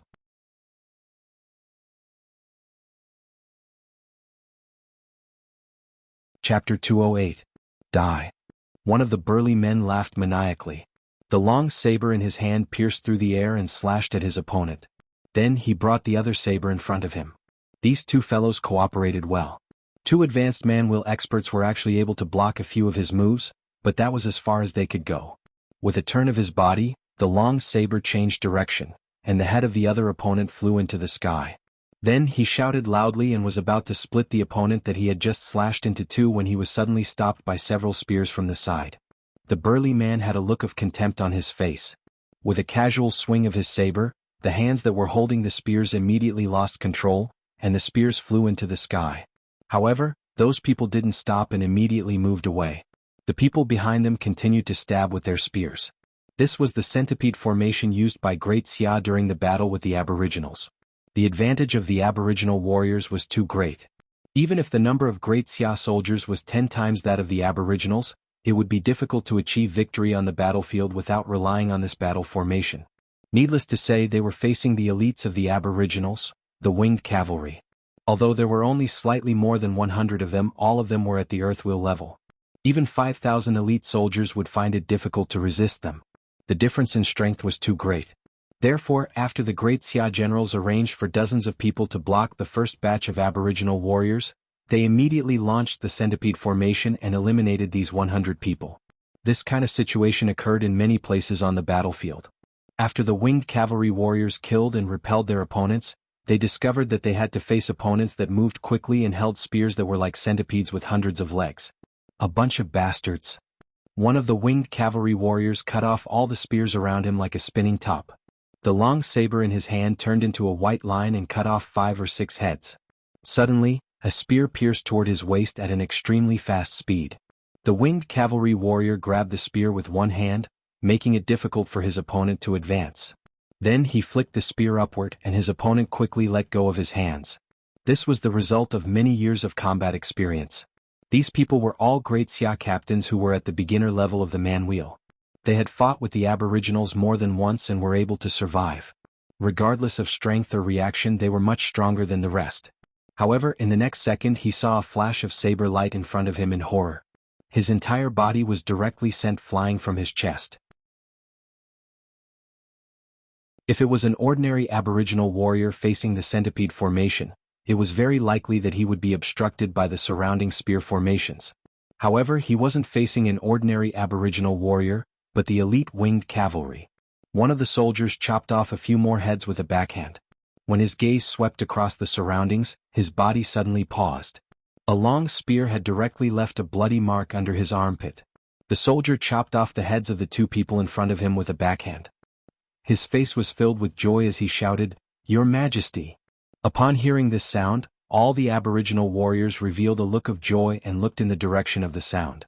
Many of them didn't manage to dodge in time and ended up with a few wounds on their bodies. However, many people saw a red figure rushing towards them from afar. Who else could it be but His Majesty? "Your Majesty! We found Her Majesty!" Everyone cheered excitedly, not forgetting to slash their opponents to death. A middle-aged general at the back of the Great Xia battle formation was originally frowning as he looked at the battlefield. Based on the current situation, even if these 5,000 elite soldiers could eliminate more than 100 winged cavalry warriors, they would at least lose 70% of their men. This was an optimistic estimate, and the possibility of both sides suffering losses was very high. It was a pity that there wasn't a crossbow battalion. If there was, this wouldn't have happened. One had to know that these were all battle-hardened elite soldiers. Although the Merciful didn't command soldiers, his heart was bleeding. The only consolation was that these were, after all, the most elite winged cavalry warriors of Dayo. At least 1/10 of them were here, and even if these 5,000 elite soldiers were to be sacrificed, it wouldn't be considered a loss. At this moment, he heard the yells of the winged cavalry warriors in the battle formation. His facial expression changed drastically. Sitting on the back of his horse, he saw a red figure rushing in his direction. "Stop her," the general shouted, but he was distressed. Why did Qi Zixiao appear at this time? He had already invested all his troops to surround these winged cavalry warriors. Together with Qi Zixiao, there was simply no way to stop them. He could only hope that Qi Zixiao was seriously injured as rumored. However, he didn't have any expectations as he looked at the figure that was rushing over from afar. Even if she was seriously injured, they wouldn't be able to stop her. Furthermore, looking at her current speed, she didn't look like she was injured at all. Half of the hundreds of winged cavalry warriors that surrounded him immediately turned their horses and rushed toward the red figure. The Empress's face was ice cold. Facing the 50 to 60 winged cavalry warriors, she leaped into the air. Just like how she stepped on human skulls on Earth, it didn't matter if they dodged or brandished their sabers. To the Empress there was practically no difference. In a single move, more than a dozen of the winged cavalry warriors fell from their horses. Before that happened, they were already dead. These 50 to 60 winged cavalry warriors couldn't even stop her for half a step. When the remaining people turned their horses around, they could only see the back of the Empress charging in their direction. "Shoot!" The middle-aged general looked at the scene in front of him and trembled slightly. He forcefully controlled his voice and gave the order. He smiled bitterly. His 5,000 elite soldiers were entangled with the winged cavalry and couldn't move at all. Regardless of whether he retreated or not, he would still die. It's over, it's all over. At this moment, the only hope in his heart was that a few more people could escape and kill a few more winged cavalry warriors. The remaining people had already drawn their bows and knocked their arrows. Upon hearing the order, they immediately released their bows. 50 to 60 arrows pierced through the air and flew straight toward the lady in red. The Empress stretched out her hand and grabbed. 6 or 7 arrows appeared in her hand. As for the rest, she brushed them aside. With a flip of her hand, the 6 or 7 arrows flew back. 3 of them directly missed, 2 of them penetrated the horse's buttocks, and 1 of them was lucky enough to hit one of the winged cavalry warriors. Seeing this, the Empress's face turned even colder. After brushing aside the second round of arrows, she immediately appeared on a horse and smashed that man's head with one hand. Taking advantage of the situation, she pounced toward the general who was surrounded in the middle. Immediately, 3 figures on their horses soared into the sky. These 3 people actually had the strength of an earthwheel expert. However, they were smashed to the ground one after another. The Empress smashed the general's head with one palm. Carrying the corpse, she leaped out of the crowd and shouted, "The great Xia general is dead. Kill." Her cold voice spread throughout the battlefield. "Kill?" The winged cavalry warriors laughed heartily and shouted. At this moment, the fatigue from the past few days couldn't be found on their bodies. It was as if they had been injected with chicken blood. "Avenge the general." This weak voice was immediately drowned out. However, that general's personal guard still had the determination to die and rushed toward the Empress with a sorrowful look on his face. After knowing that their general was dead, the morale of the great Xia soldiers plummeted. Coupled with the fact that there was no one to command them, they collapsed in no time and began to flee in all directions. "Your Majesty!" More than 10 winged cavalry warriors rushed to the Empress's side. Their faces were full of reverence. At this moment, the ground around her was already filled with corpses. "Kill them and come back in the time it takes to burn an incense stick," the Empress said coldly. "Yes." Other than a captain who remained by the Empress's side, the rest of the people broke into a run and chased after the great Xia soldiers who had scattered. Rinpochen watched the bloody massacre of this era from the ridge and then saw the Empress charge alone. In particular, those shouts of "kill" made his blood boil. However, it was only blood boil.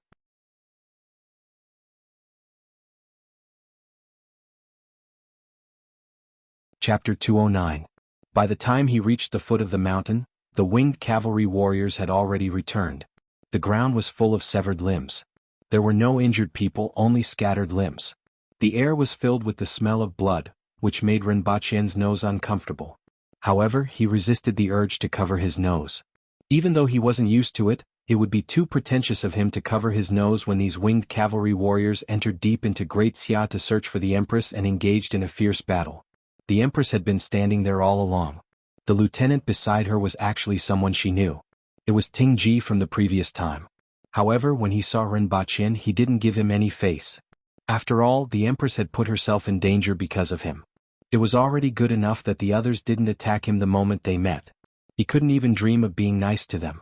Rinpochen could think of this, so he didn't mind. He just felt a little helpless. Previously, he had always been with the Empress and Rinpochen, so he didn't pay much attention to this matter. Now that he had encountered it, there was nothing he could do. Not long after Rinpochen left the mountain, many winged cavalry warriors who had chased after the stragglers returned one after another. Their bodies were covered in blood. Not only them, but the Empress's body was also stained with a lot of blood. Each of them had a simple smile on their faces, but their bodies reeked of blood, making people feel the cruelty of this world. "Your Majesty." Everyone knelt on one knee in front of the Empress. "Get up," the Empress said. Her voice was dignified, but it wasn't cold. No matter who saw this kind of subordinate, they would not have a cold face anymore. "Why are you guys here?" the Empress asked. "The winged cavalry swears to follow Her Majesty to the death." Everyone shouted in unison. The Empress's expression softened a little. She looked at everyone's faces and then became stern again. "Where are the others?" "Your Majesty, we will split into 10 teams to search for Your Majesty. The others will take other routes. There should be 2 teams that are closer to here." Tingji raised his head and said. "Everyone get up," the Empress said again. As for these people, she could only say that they were burdens, but she did not say it out loud. After all, there was a huge disparity between the winged cavalry's mount and Qi Shui's speed. Moreover, the more people there were, the bigger the target. "Yes." Everyone stood up. "How are the casualties?" the Empress asked again. Tingji turned around and looked at everyone. "Line up." Over 100 people stood loosely in 4 rows. Tingji carefully looked from the front to the back. "Where are the other 2 people? Look for it." Everyone knew that if he didn't return now, he couldn't have chased after the scattered soldiers. He must be among the corpses on the ground. There were at least 600 to 700 corpses on the ground. In the short period of battle just now, 600 to 700 elite soldiers of Great Xia were lying here.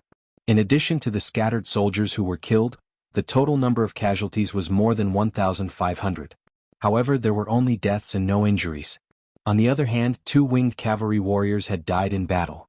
If the Empress hadn't killed the commander, the winged cavalry would have suffered even more casualties as time passed. After a while, the Empress looked at the 2 corpses that were being carried over and said, "Take them away first and give them an elaborate burial when we return." Everyone knew that it was impossible to bring the corpses back as they would stink halfway. However, they had to bring the 2 corpses to a safe place first. They would bring the heads back, but the corpses would be buried in the mountains without leaving a tombstone. When Aboriginal warriors died outside, this was how they usually dealt with it. The heroic spirit and head would be brought back to the 60,000 mountains to be buried. The heroic spirit would protect the Aboriginals forever. It was the same when they tried to kill the 7th prince. Inform the other 2 troops to wait for them at a place that is 1 day's journey away. The rest of the troops will return to Dayo, the Empress said.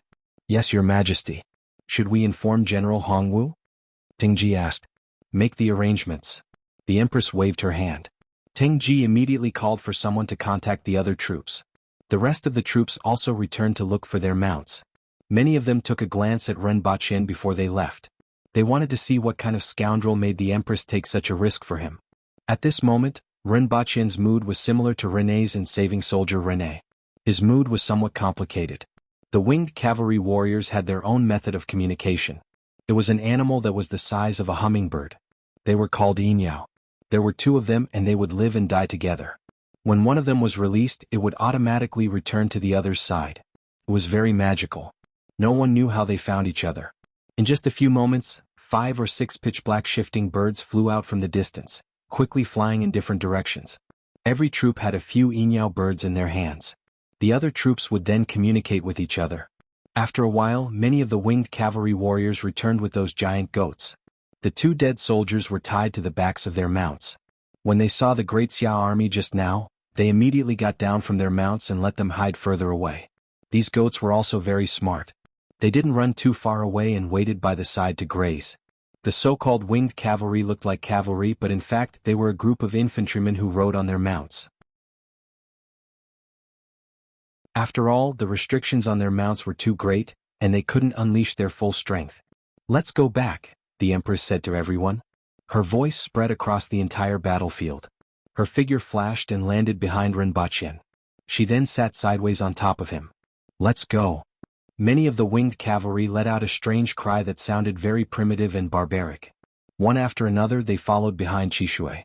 The hundreds of winged cavalry almost gave off the grandeur of tens of thousands of galloping horses. The earth trembled along with them. The aboriginals' weight couldn't go unnoticed. At this moment, a caravan was advancing on the plains. More than 10 carriages were filled with goods. There were also dozens of odd-job workers and martial artists leading the caravan. Among them, a dignified-looking martial artist in his 40s seemed to have sensed something. He instructed the person beside him, "Lu Er, listen to see if there's any movement." Following his command, a young man quickly dismounted from his horse and pressed his ear to the ground. Following which, he sprinted a few steps and leaped onto the horse's back. "Boss, there's cavalry coming in our direction." The middle-aged man nodded. This was the hinterland of Great Xia, and cavalry could be seen occasionally. There weren't any bandits nearby, so there was no need to worry. However, for safety's sake, he still leaned against a carriage and knocked on it. "Manager, there's cavalry coming in our direction." A man with a round face, who looked like a rich man, came out of the carriage and shouted, "Stop first." "Manager, do you want to set up a formation first?" "Just in case," the middle-aged man asked again. The manager waved his hand and said, "There's no need. There won't be any bandits here. Everyone just wait here for a while." He had traveled this route every year, and he had never heard of any bandits appearing here. Yu City was 25 kilometers away. Not to mention the experts in the government and army, there was also the Qingyang sect on the mountain outside the city. There were 3 earth wheel experts in the sect, and the bandits would be courting death if they appeared here. As soon as the convoy stopped, everyone felt the ground shake and dust rise in the distance. "There's quite a number of them." The middle-aged man subconsciously thought that it was impossible to cause such a tremor if there were only a few of them. There had to be at least 500 of them. Maybe they're from the army. Didn't they say that Qi Zixiao was in Deyo recently? I'm afraid they're looking for her. The manager narrowed his eyes and guessed. So what if they find her? The middle-aged man shook his head slightly. At most, there were earth wheel experts in the army, and they weren't on the same level as spirit wheel experts. No matter how many of them there were, they wouldn't be able to stop her. Although he was only an advanced man-wheel expert, he had heard a lot about the strength of spirit wheel experts due to his family background. The man sat on the horse and looked in that direction. After a while he could see some shadows in front of him. Following which, his expression changed drastically. At the front was an unknown monster that was carrying a person. Behind it wasn't a horse at all, but a goat. It was the kind of giant goat that was most commonly seen in Deyo. Only the aboriginals loved to ride this kind of mount. When he realized this, his expression changed drastically and he shouted, "It's not the Great Xia cavalry, it's the Deyo people. Why are the Deyo people here? Don't care about the goods, run?" The manager's expression also changed after hearing his words. "How is this possible? Why are the Deyo people here? No, we can't lose the goods. Ordinary aboriginal soldiers are at the man-wheel level. How can those who can come here be ordinary soldiers? They can't stop them at all. Why should we care about the goods? They can't take them away." The middle-aged man lifted him up as he shouted. He simply didn't care about anything else, turned his horse around and galloped in the direction of Yuqing. The rest of the people's expressions changed drastically as they fled in all directions. As for the goods, they simply couldn't care less. Just like what the man said, the aboriginals couldn't take the goods away. At this moment, escaping was the most important thing. The odd job workers hated their parents for not giving them 2 more legs. The middle-aged man spurred his horse forward and looked back from time to time. After a while, he saw that the Dayo people didn't have any intention of chasing after them and directly headed for Mount Yuyang. Only then did he heave a sigh of relief.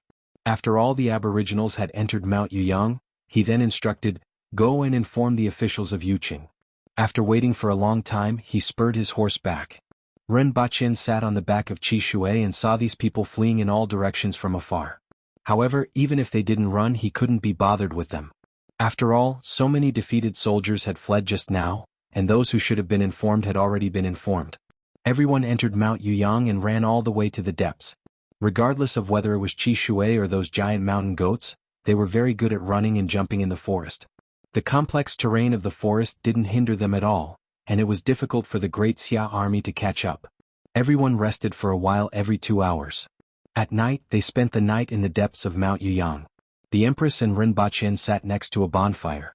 Ren Baqin was roasting meat for the Empress while the rest stayed far away. However, they could still smell the aroma coming from the bonfire. It was obviously the same thing, but they always felt that the aroma coming from the bonfire was exceptionally alluring. At daybreak the next day, everyone got up and set off again. Half a day later, they stopped at a mountain ridge. This was the place where Tingji and the other 2 teams had agreed to meet. Qingyang sect leader Lu Kenjun sent someone to see you. A burly man hurriedly entered the room and said, "I won't meet him. Even if I am possessed by the devil and am seriously injured," the old man in the room replied without even lifting his eyelids.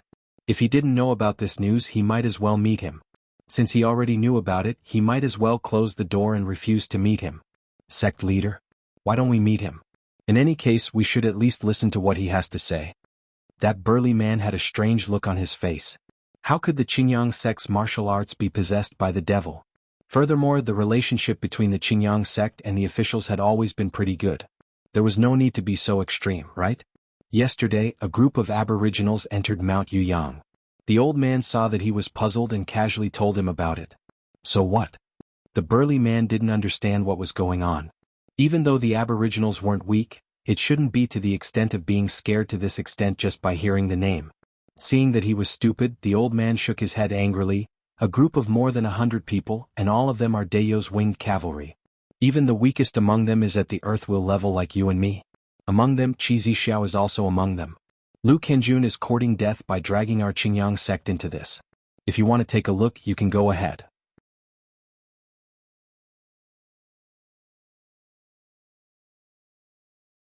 Chapter 210.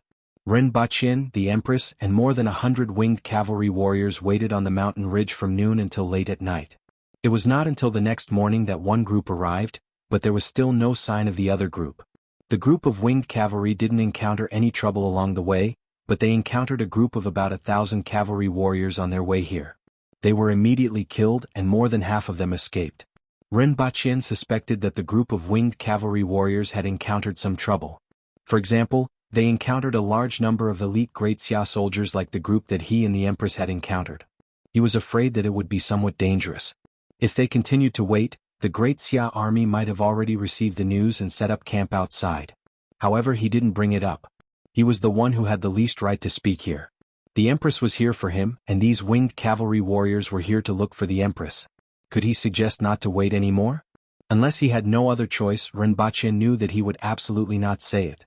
"Let's continue to wait. At worst, we can go back and get some nightshade and pralidoxime. Those things are much easier to get than sarin gas," Ren Baqin thought to himself. Back then, the Empress brought back 2 packs of sarin gas. One was used in the 9 pavilions and the other was still hanging on Qi Shui's back. Originally, Ren Baqin wanted to bring it back to Dayo for safekeeping. In the future, when the war started, he would throw it at the main army of Great Xia. He was afraid that most of them would die. However, if he were to throw it here, it would be gone after it was used. Back then, the Empress had wiped out all the sarin gas stored by that organization. That organization's factory had also been bombed, so there was probably no chance for it to be produced again. Rinpoche lay on a big rock and looked at the blue sky and white clouds above his head. He was unhurriedly thinking. The Empress was sitting not far away. Some of the 300 winged cavalry warriors dispersed to prepare to receive that group of people, while others hunted in the mountains. They waited from morning to night. Everyone had been waiting here for a day and a half. At this moment, someone suddenly shouted from afar. The winged cavalry warriors who were preparing to slaughter looked up with joy. Are they here? Rinpoche tilted his head to look at their reaction and thought to himself. Very quickly, a group of goat riders came bouncing over from afar. A group of murderous burly men hopped forward on goats. The scene was very beautiful and could definitely shatter many people's fantasies about the profession of knights. If this were to be filmed, people would definitely not be able to look straight at it. However, Rinpoche had seen it many times over the past 2 days and was getting used to it. That kind of giant mountain goat was like a scamper. On flat ground it wasn't as fast as a horse, but it was really good in the mountains. There were very few terrains that could stop it. Your Majesty, please forgive us for our tardiness. More than 100 people got off their mounts and knelt down on one knee. From the looks of it, they did not encounter any trouble. Their armor was not broken and there were no bloodstains on their bodies. It's good that you are here. Get up, the Empress said faintly. After everyone stood up, the Empress asked, "Why are you only here now?" The Empress asked casually. After all, they didn't look like they had fought before. The captain's face twitched for a long time. He turned around and kicked the person behind him away before saying awkwardly, "That bastard led us the wrong way." The faces of the others also twitched for a long time. They all looked at the burly man from the corner of their eyes, as if they were looking at him with disdain. Rinpoche looked at them from a short distance away and laughed out loud.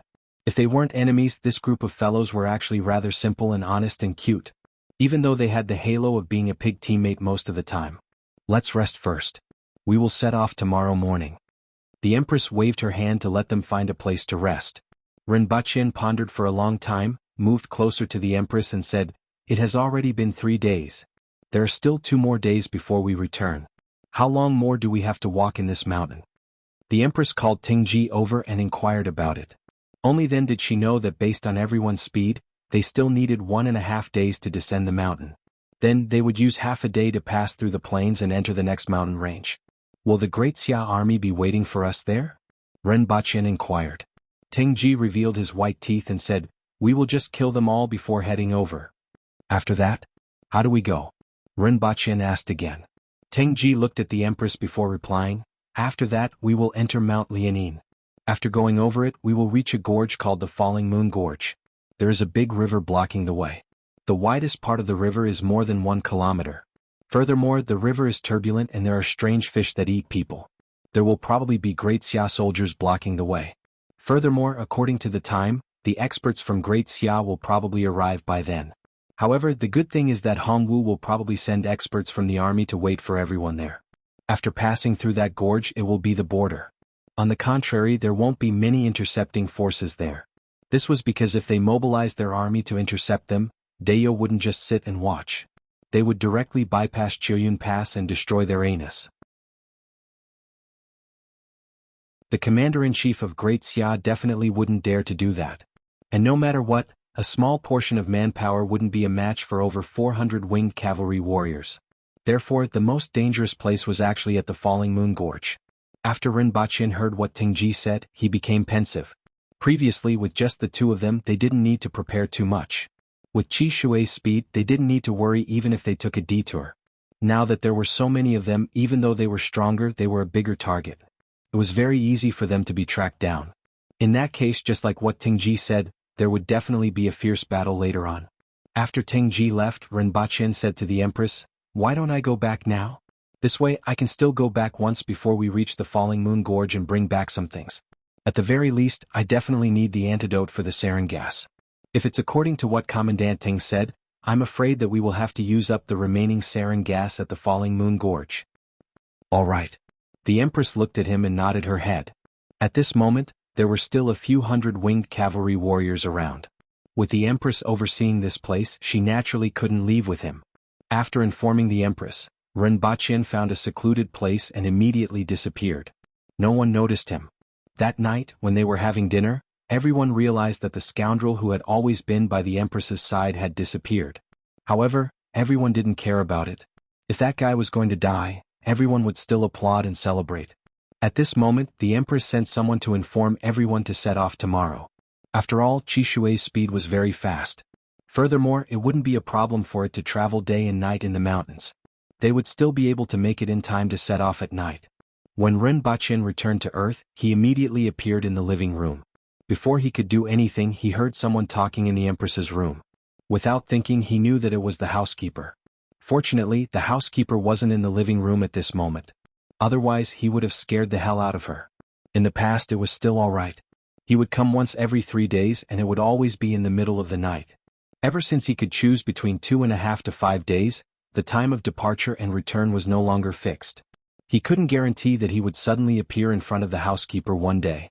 At that time, he would even have to pay for the housekeeper's medical expenses. With these thoughts in mind, he quietly walked to the door, opened and closed it. "Mr. Ren, you are back." A head immediately popped out from the door. "Yeah." Ren Baqin nodded his head.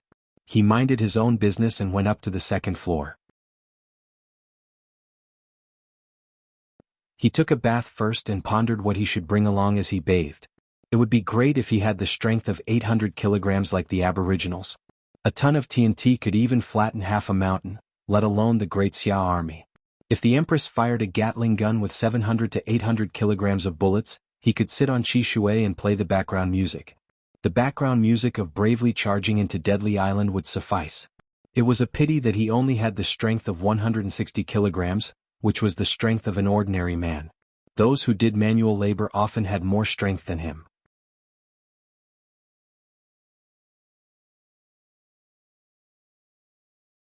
Chapter 211. After taking a bath and changing his clothes, Ren Baqin felt much more refreshed. He gave Su Shan a call. He had saved her number after she called him previously. "Lucky boy, what's the matter?" "I'm busy right now," Su Shan immediately said after the call was connected. This lucky fellow had become Ren Baqin's good friend. After all, he was always the one who brought good things. Even when he was poisoned, he was able to cure leukemia, a world-class terminal illness. Furthermore, he was still safe and sound in the end. At this point in time, Ren Baqin had the feeling of someone who used to call him Xiao Tian Tian when they were together, but now called him Madame Niu. Now that the antidote was in her hands, she turned her back on him. "I want the antidote made from nightshade and pralidoxime to neutralize the neurotoxin. I must have it. Enough for 1,000 people." Ren Baqin even included the giant goat mounts. "Why do you need so much?" Su Shan was a little surprised. This thing wasn't difficult to obtain, but Ren Baqin specifically mentioned that it was used to detoxify the neurotoxin. Furthermore, it was for 1,000 people. It was inevitable that she would be surprised. "I'm useful. The sooner the better. How long will it take?" "You can report the expenses to me when the time comes," Ren Baqin said directly. "The hospital has it, but it's too big. I have to ask my classmate for help. Maybe the day after tomorrow." "Alright, I will go and collect it the day after tomorrow." Ren Baqin hung up the phone after he finished speaking. He sat in front of the computer and began to search for information on various weapons. Although he still had 10 kilograms of sarin gas on hand, it would be gone once he used it up. It would be very difficult to get more.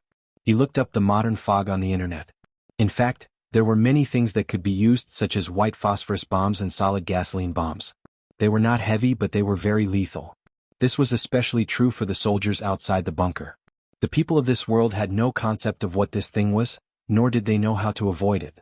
If it was directly thrown at them, they probably wouldn't even react. If he were to encounter another expert who could strike down with a sword flower, the scene would be too horrible to look at. The only drawback was that it was too inhumane. If it was the Ren Baqin who had just arrived in this world, he wouldn't have even thought about using such a weapon. But now he had seen many dead people, and he was becoming more and more indifferent to human life. Ren Baqin looked around and sighed. There were many good things, but it was a pity that he couldn't get his hands on any of them. Ren Baqin increasingly felt that the restrictions were too great. Whenever he wanted to use something, he found that he could only think about it. Even the sarin gas was snatched from that organization by the Empress's formidable strength. He closed the page that was searching for weapons and began to search for other things. For example, drones. These things were more or less useful. At the very least, they could see where the enemy's forces were and where the enemy's weaknesses were at a glance. Of course, it was very likely that the enemy's weaknesses were actually the enemy's experts. However, it was more or less useful as a reference. This kind of thing was sold in the city. After checking online, he went downstairs and drove there. Half an hour later, Rinpoche came out with 2 boxes that cost more than 40,000 yuan each. It could fly for 27 minutes, and its horizontal flight speed was 94 kilometers per hour.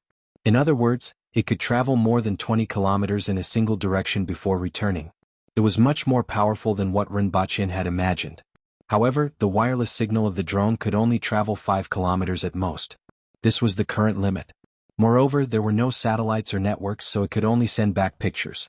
Perhaps there was something better, but it was not available now. 5 kilometers was more than enough for Rinpoche. Before the other party discovered him, he was already able to clearly see through the other party's arrangements. This kind of equipment was simply too powerful in that world where there wasn't any interference. In the future, if he were to get a few drones and place them at the front line, he would be able to detect the enemy's every move. Other than the drones, he also bought some spare batteries so that he could rotate them and use them when needed. After which, he went to buy 5 binoculars, 10 walkie-talkies, 2 solar power batteries, and a set of solar panels. Only then was everything ready. When he was driving back, he saw a few young men and women dressed in cosplay clothes by the roadside. They seemed to be students. One of the girls was wearing a red Han Chinese dress with a phoenix embroidered on it. Rinpoche fell in love with it at first glance. The Empress would definitely look very beautiful in it. Rinpoche parked his car by the roadside and jogged to the few of them. They immediately looked at him vigilantly, especially when they noticed that he had stopped his car just now. Did he come to strike up a conversation because he felt that he was rich? There were many such incidents in novels and on television. Especially recently, there was an incident of placing drinks on the roof of a car to represent the price. These students were very hostile to people who drove to strike up a conversation. "Excuse me, may I know where the clothes are made?" Rinpoche greeted the few of them with a smile. His tone was very polite and he pointed to the young lady who was surrounded in the middle. In fact, the young lady in the middle was also the prettiest. She had an exquisite face and fair skin. In particular, the red Han Chinese dress that she was wearing accentuated her temperament very well.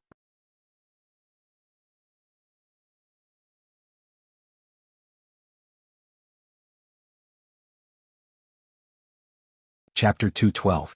The Empress didn't know how long she had been sitting there. When she saw Rinpoche, her eyes widened. She looked at him and paused for a moment. After all, his current appearance was very strange. He had a bag hanging in front of his chest, a bag on his back, a gun hanging on his body, headphones stuffed in his ears, and 2 bags in his hands. He looked like a refugee. Rinpoche placed the bags on the ground, climbed onto a rock, and sat beside the Empress.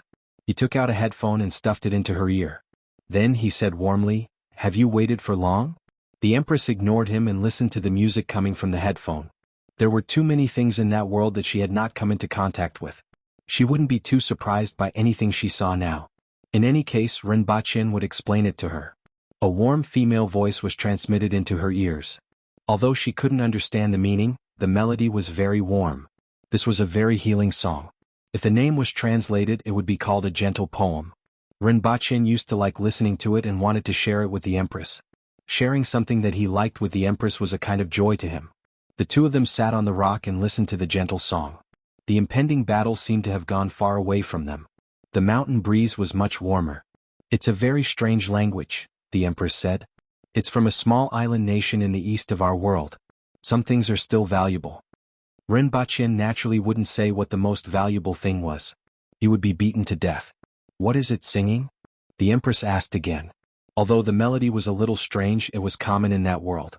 On the contrary, it was rarely heard in Dayo and Great Xia. However, the Empress still felt that it was very nice to listen to. She felt warm after listening to it. Fortunately, Rinpoche could roughly remember the translated meaning of the lyrics. He then explained it to the Empress. The Empress nodded and said, "Sing it for me." "Wait for me to learn it. I don't know their language." Rinpoche laughed. Then he said with a slight flaunt, "But I know how to play Pomp and Circumstance with the Eru." He learned the Eru from his grandfather. His technique wasn't considered proficient, but he practiced Pomp and Circumstance pretty well. When his younger brother heard it, his evaluation was, "The Eru has become a spirit." The Empress didn't think much of the words Pomp and Circumstance. She nodded her head and said, "Okay." Rinpoche was overjoyed when he thought of playing Pomp and Circumstance for the Empress. "Let's go." The Empress took off her earphones and disappeared from the rock without exerting any force. She immediately appeared a few steps away. I brought back some good stuff this time. Rinpoche then remembered to inform the Empress. Besides the antidote, we also have binoculars that allow us to see very far away. He took out a pair of binoculars from his bag, opened the front cover of the binoculars, made a few gestures and passed it to the Empress. It should be useful for reconnaissance. The Empress imitated Rinpoche's actions and placed the binoculars in front of her eyes. She could see places that were very far away as if they were right in front of her. This made her feel a little unaccustomed to it. After taking a look at her surroundings, she slowly familiarized herself with the binoculars. The corners of her mouth curled up slightly. It seemed like she really liked this thing. Anything else? This is quite useful, the Empress said. Not only this, there's also a walkie-talkie. It's just like a mobile phone and can be used for long-distance communication. This way, it'll be more convenient for us to contact each other. Rinpoche took out a walkie-talkie, adjusted the channel and passed it to the Empress. He also held one in his hand. This can be used? The Empress was a little surprised. Didn't Rinpoche say that it couldn't be used? However, her voice was transmitted directly from the walkie-talkie in Rinpoche's hand. This can only be used within a short distance of about 3 kilometers. It should be sufficient for the current situation. Many times it will be more convenient. You don't need to rely on shouting to relay messages anymore. I brought 10 of them. The Empress calculated that a distance of 3 kilometers was sufficient. In fact, it was a little too far for the current situation. If it was placed in the hands of the border army, it would then be able to display its true potential. With this, Hongwu could command the entire army like an extension of his arm. During wartime it would play a huge role. Also, in terms of reconnaissance, it would be able to report the situation in a timely manner without having to run a few kilometers to report. The Empress immediately thought of these 2 points. Just based on these 2 points, the value of the walkie-talkie was already huge. Bring more next time, the Empress said. Rinpoche nodded his head. Following which he picked up a bag and said, "There's still one more important thing, a drone. It can fly in the sky just like the plane that you have boarded before. It will be able to know the enemy's situation from 8 to 9 kilometers away." Upon hearing Rinpoche's words, the Empress's eyes lit up again. The things that Rinpoche brought back this time would indeed be very useful. Both of them sat on Qi Shui's back. The other bags were tied up with ropes and hung on both sides of Qi Shui. The originally mighty Kirin now looked like a mule that was carrying goods. This made Qi Shui groan non-stop. At the same time it shook its body trying to shake off the things. Originally it could only accept the Empress. It could even tolerate Rinpoche's presence. Now it was being ordered around like an animal. No matter what, it was still a Kirin. Even though Rinpoche always felt that its character was like a husky, it still had some self-respect. In the end, the Empress had to appease it before both of them set off. In the middle of the night, they saw a bonfire in the distance. When both of them walked closer, someone came out to greet them, "Your Majesty." Many people were alarmed by their arrival. When they greeted them, they couldn't help but cast sidelong glances at Rinpoche. The Empress had been waiting for this fellow. She had waited until this moment to come. It was really too much and everyone felt that it was inconceivable. However, when they thought about how the Empress had come to Great Xia, they could only sigh. When they set off again, another day had passed. Finally, everyone arrived at the border of Mount Yuyang. After crossing over the mountain ridge in front, they would arrive at a plain. It would take half a day to cross over and enter Mount Lianin. Everyone guessed that there would be Great Xia soldiers intercepting them on this plain. However, there wouldn't be too many of them and there wouldn't be any experts. After all, they didn't have enough time to make arrangements. However, to be on the safe side, the Empress called the 3 captains over and asked Rinpoche to take out 9 binoculars from his bag to distribute to them. What's this?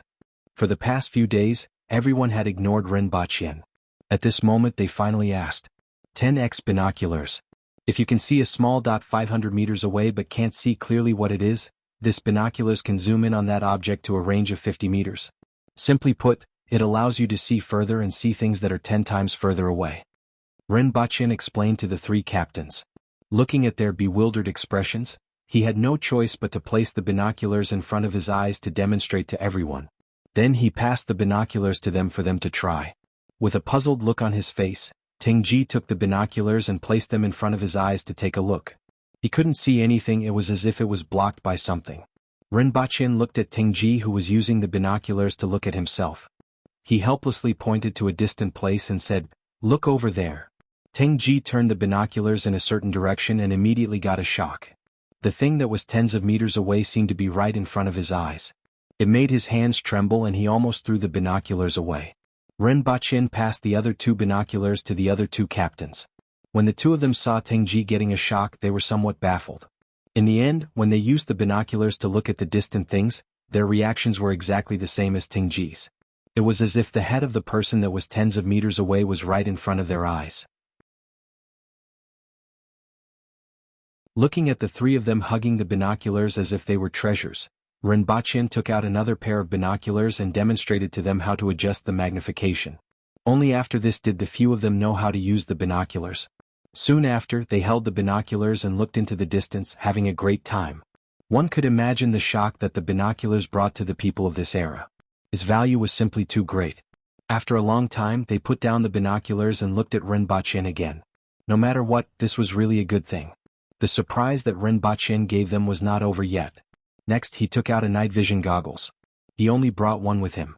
Night vision goggles. Even in the pitch-black night, you can still see living creatures and people. You can clearly see everything within a radius of 1 kilometer. Just as Rinpoche's voice faded away, the goggles were snatched away by someone. This cannot be used during the day as it is easily damaged. It will only be effective at night. Give it to the sentries. Rinpoche promptly warned. After hearing this, the three of them suppressed their thoughts. Soon after, their gazes landed on Rinpoche again. They did not know if Rinpoche would be able to take out anything else because Rinpoche was holding onto a few bags. "This is a walkie-talkie. I'll give it to the 6 of you. You can communicate within a radius of 1 kilometer. Rinpoche took the walkie-talkie and said. However, the few of them were still unable to understand this thing. After Rinpoche adjusted the channel of a walkie-talkie, he passed it to Tingji. "Go to a place that is 300 feet away and speak to it." Tingji nodded his head. With one hand tightly holding onto the binoculars and the other hand holding onto the walkie-talkie, he moved and appeared 30 feet away. In less than 3 seconds he was already 300 feet away, which was a distance of about 100 meters. Soon after, he held onto the walkie-talkie and looked at it for a long time. Then he heard a voice coming from the small box in his hand. "Did you hear that?" Immediately he was shocked. This voice came from the box and the owner of the voice was still sitting at the same place. "Ah." Tingji's surprised voice came from the walkie-talkie. The other two captains looked at Tingji, who was a distance away, and then looked at the small box in Rinpoche's hand. "Say something." "Deputy Prefect Ren," Tingji stuttered. Even an Earth Wheel level captain stuttered. It could be seen how he was feeling right now. He was a little nervous and felt that this small box would suck him in and lock him up. "Come back." Rinpoche's voice fell. In less than 3 seconds, Tingji appeared beside everyone. This is the function of this thing. It can be used to communicate from a distance.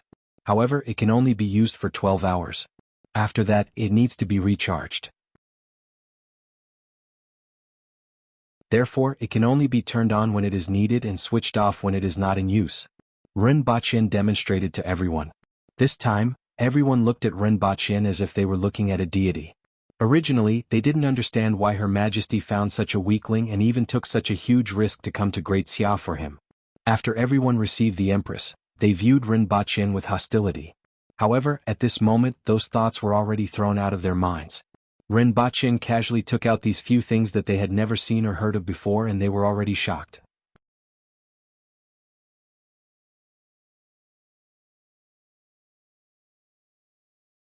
Chapter 213. Early the next morning, everyone climbed over the ridge. The 3 winged cavalry warriors and the 3 captains with binoculars raised their heads, puffed out their chests, and ran to the front to investigate. Rinpoche sat on Chi Shui's back and listened to the walkie-talkie sound. There's no ambush at the foot of the mountain. There's no ambush in the east. There's no ambush in the west. South, north, the wind is really noisy today. Yeah. Voice X5. Behind them, Rinpoche was speechless. "Are you guys here to play?" This bunch of people took the binoculars and walkie-talkies and jumped up and down like monkeys. "If I give you guys the drones, will you still want to fly? Also, the batteries of the walkie-talkies won't last long, right? If this goes on, I'm afraid that before we see the Great Xia army we will be out of battery. Also, who said that the wind is really noisy? Are you a drama queen?" The Empress couldn't be bothered with them and let them do whatever they wanted. Ren Baqin thought that it was fortunate that he had charged the solar battery beforehand. Otherwise he would have to carry a solar panel along the way. After a while, everyone descended the mountain. Indeed, as mentioned, there wasn't any ambush. They couldn't see anyone within 40 to 50 kilometers. They couldn't see anything further. Ren Baqin heaved a sigh of relief. He didn't really like fighting. Of course, this had something to do with his weak skills. Even if he was holding a Type 81 rifle, he didn't have much sense of security. God knew if a stray arrow would fly out of nowhere. A group of goat riders ran wildly on the plain. This plain was more than 100 kilometers wide, and it would take them half a day to cross it. Ren Baqin sat on Qi Shui's back and felt that the sun was a little harsh today. He conveniently put on a pair of sunglasses and immediately felt a lot cooler. At the same time, he turned around and put a pair of gold-rimmed sunglasses on the Empress's nose. Together with Qi Shui, the two of them stood out among a group of goat riders. It was as if two Lamborghini owners had sneaked into a gathering of Alto owners. There are people in front. They are the mounted scouts of the Great Xia army. Just when they could see the outline of the mountain in the distance, a voice suddenly came from the walkie-talkie. At this moment, the others could only see a few small dots when they looked in that direction.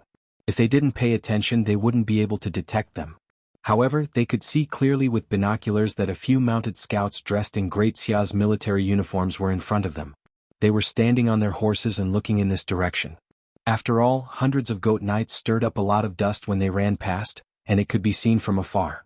By the time they were within a distance of 4 to 5 kilometers, they could already see very clearly with their binoculars. They could almost see the expressions on the faces of the Great Xia scouts. At this point in time, there were already scouts from Great Xia who rode their horses back to report the news. There were still 2 or 3 scouts who remained at the same spot. They only turned their horses around when they were 1.5 kilometers away from Great Xia. They weren't afraid of being caught up by the winged cavalry. These goats ran slower than horses on flat ground. If they turned around and ran now, they would be able to leave the group of goat riders behind and still be able to see their backs. "Your Majesty, they have entered the forest," Tengji said through the walkie-talkie. Having this thing was really too convenient. But even if he didn't say it, the others could also see that in front of them was a forest and a slope, and behind it was the mountain pass. "Are they going to ambush us in the forest?" "Your Majesty, give me 100 men and I will kill them all," another captain said with contempt. His name was Jianghu. Other than him and Tengji, there was another officer. His name was very elegant and he was called Li Tanhua. His name was elegant, and his appearance was much fairer than the others. However, even though he was a man of few words, he gave off a feeling that he was the kind of person that was very dependable. "Let's just kill our way over. If we were to form a formation on flat ground, it would be slightly more troublesome, but in the forest, it would be courting death," Tengji said. After all, in a complex environment like the forest, the combat power of the Aboriginal warriors could be greatly enhanced. Since the other party couldn't form a formation, it wouldn't be an exaggeration to say that they were courting death. "They definitely have some tricks up their sleeves," Li Tanhua said coldly. It wasn't that the others didn't know that the other party definitely had some tricks up their sleeves, but with more than 400 Earthwheel experts and in such an environment like the forest, they weren't worried even if there were 10,000 soldiers lying in ambush. Their formidable strength allowed them to directly disregard the intentions of the other party and just crush their way over. Everyone was less than 5 kilometers away from the forest. Using the binoculars, they could already see the indistinct silhouettes of the soldiers in the forest. Tengji put down the binoculars and sneered, "These people actually dare to obstruct us, they are really courting death. Your Majesty, why don't we investigate? After all, they definitely have a reason for doing this. Even though we aren't afraid of them, it would be a pity if there were casualties when the other party is well prepared." Rinpoche turned his head and said to the Empress. Even if those Aboriginal warriors knew that there was a trap, they still wanted to rely on their formidable strength to crush their way over. He didn't want to know that the other party had a trap and still step into it. The others were still fine, but he always felt that he was the one in the greatest danger. What if someone jumped out from the forest and stabbed him with a knife or a crossbow? He was almost turned into a sieve by someone some time ago. "Stop!" the Empress shouted softly, and everyone immediately slowed down and stopped. At this moment, everyone could practically see the reflection of light in the forest with their naked eyes. The other party didn't seem to have any intention of hiding and was just waiting to intercept them. They used the binoculars to take a look, and sure enough, They saw rows of soldiers drawing their bows and knocking arrows in between the trees. There seemed to be many other figures in the forest. Your Majesty, we can directly crush these people and crush them. Tingji cupped his fists and said. The Empress turned her head and looked at Rinpochen to see what he had to say. Rinpochen felt that it was time for him to show off his skills. He always felt that the great Xia commander wouldn't be so stupid as to rely on the archers and soldiers in the forest to obstruct them. After all, those who could lead troops into battle wouldn't be fools. Even if he was a fool, the people beside him wouldn't be fools, right? Rinpochen jumped down from the Kirin's back, took off a bag and placed it on the ground. He took out the deformed drone from the bag and didn't forget to turn his head and tell everyone, "Help me block them." Rinpochen was afraid that if someone noticed him, they would shoot down an arrow. He didn't forget the time when the Empress shot down Ning Xiqin's flying sword with an arrow. More than 400 winged cavalry warriors lined up in 2 rows and stared straight at the forest opposite them. In the forest, the commander of Great Xia stroked his beard and looked at the goat riders in formation. He was puzzled and said, "Why aren't these aboriginals coming in yet?" According to the style of the aboriginals, even if there was a mountain of daggers or a sea of flames in front of them, they would still charge in, let alone these archers. "The few of you go and take a look outside the forest." That commander waved his hand, and a few scouts who had just returned spurred their horses out of the forest. They purposely made a round outside the forest, resembling a prostitute leaning against a brothel who was throwing flirtatious glances and saying, "Sir, come and play." Many of the winged cavalry warriors saw this scene and immediately became restless. However, with the Empress's orders, they didn't move at all. Behind the crowd, the 3 captains and the Empress watched as Rinpochen fiddled with a strange thing that looked like a spider. Rinpochen installed the display screen and remote control. Following his control, the drone on the ground began to rise into the sky. The 3 captains' eyeballs almost popped out. This thing actually flew? The 3 of them raised their heads and looked at the sky.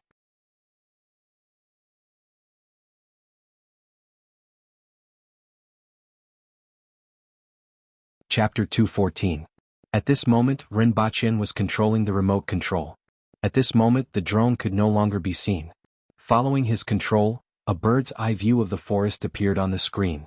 At this moment, a palm-sized box with 2 antennas was placed on the ground under his feet. It was the ground terminal and it could transmit and receive data up to 1.7 kilometers. Within this range he could transmit photos back. If he only controlled the drone he could reach a distance of 5 kilometers. It was a pity that there was no internet, and they could only rely on the ground to transmit data. They could only transmit photos within 1.7 kilometers. If there was an internet connection he would be able to send the video directly. Rinpochen piloted the drone and advanced toward the forest. He kept taking pictures and transmitting the pictures back. On the screen he could clearly see the silhouettes of some people in the shade of the trees below. Rinpochen smelled a burst of fragrance. The Empress had already moved closer to his side and was looking at the photos on the screen together with him.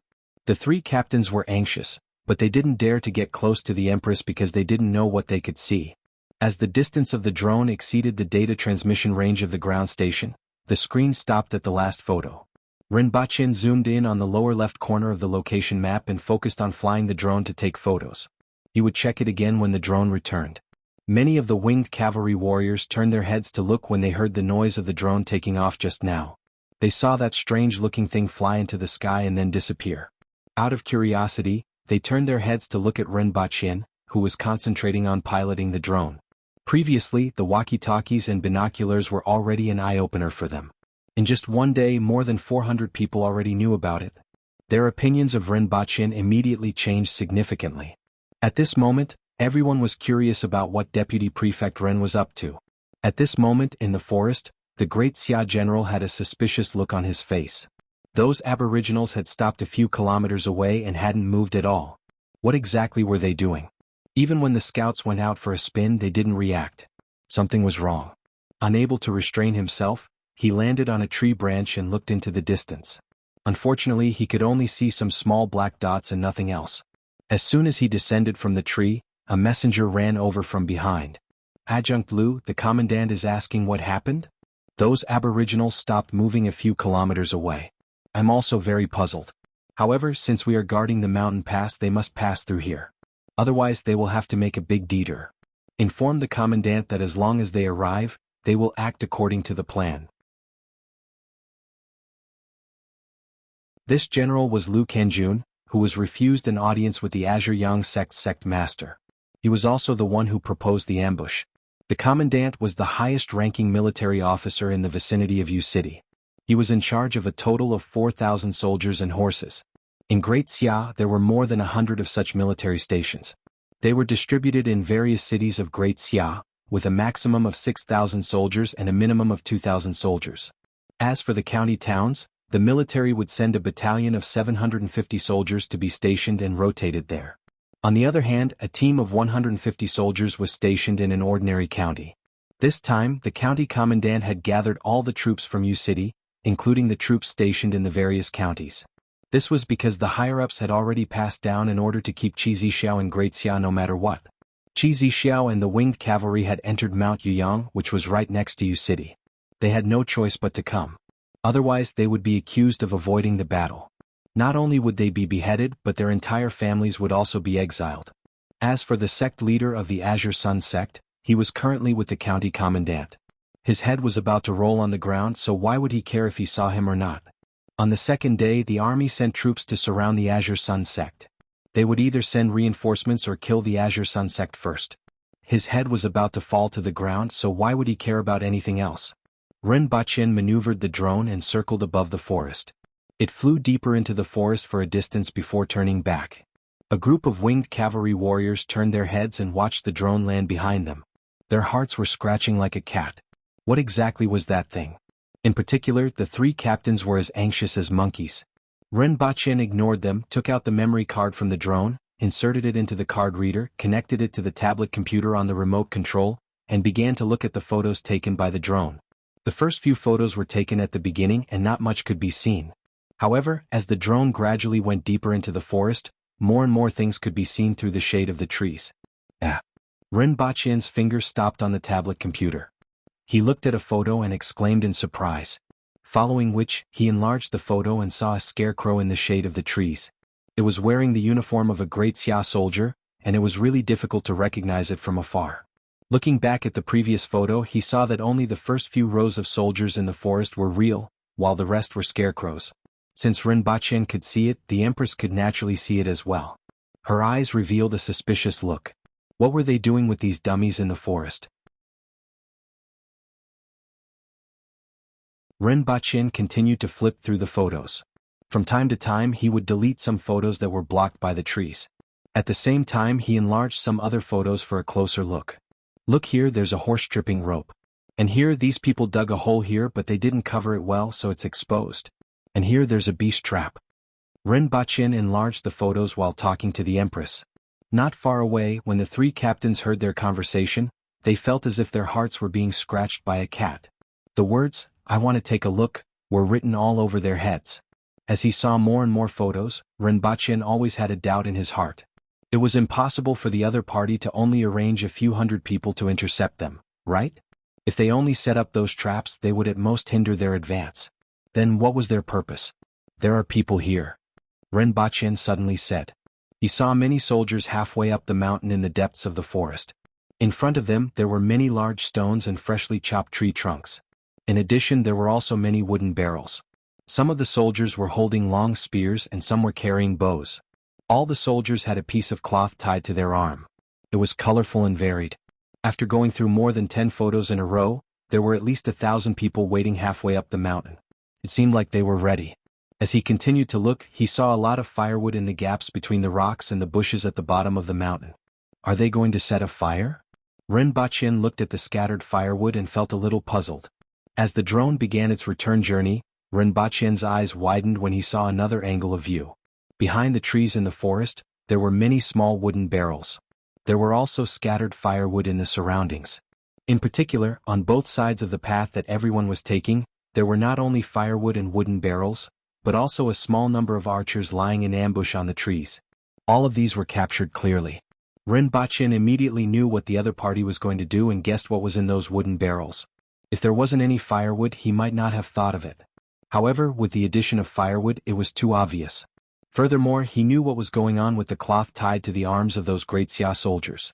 The other party was obviously going to use a few hundred people to pretend to intercept them and then pretend to escape toward the mountain pass. If the winged cavalry were to catch up, they would intercept them at the mountain pass. Those rocks and archers were prepared for this purpose. If Renbachin didn't guess wrongly, the wooden barrels were filled with oil or flammable substances like animal fat. If they set fire to the surroundings in the back of the barrels, in addition to the fact that it was late autumn in Great Xia, the air was dry, and a large number of fallen leaves were spread in the forest. The wooden barrels that were prepared on the mountain were the same. On one hand, they could set fire to obstruct the winged cavalry. On the other hand, the oil was very slippery and could more or less impede the winged cavalry's speed. The same was true for those traps. If the winged cavalry really barged in like this, it could be imagined that even if they were all earthwheel experts, they would still lose some men due to the fire, thick smoke, and their interception. Even if the winged cavalry could rush in and kill the other party, those mounts would probably be turned into roasted lambs, and the rest of the journey wouldn't be easy. For the sake of Renbachin and the other party directly set fire to the forest and burned the mountain. It was really vicious. After luring us in, they want to set fire to the forest and intercept us halfway up the mountain, Renbachin said to the Empress. The Empress nodded her head slightly. She had seen those photos just now and could naturally guess what was going on. After looking at them, she turned around and returned to the back of Qishui. Renbachin waved at the three captains and showed them the photos one by one. They had heard what Renbachin said before, but they couldn't see the photos and didn't know what the other party's arrangements were. When they saw the photos on the screen, they were shocked by the scene that seemed like they had seen it with their own eyes. They subconsciously turned their heads to look at that strange thing. The three of them could guess that this scene was brought back by that strange thing, but they couldn't figure out how exactly it did it. At the same time, the tablet in Renbachin's hand that allowed them to see these photos made them feel like a divine artifact. It was even more divine than the binoculars. As the photos were shown to them one by one, the three of them frowned at first. Following which, they flew into a rage and said, "Bastards, they actually want to burn us to death. We must cut them into 8 pieces."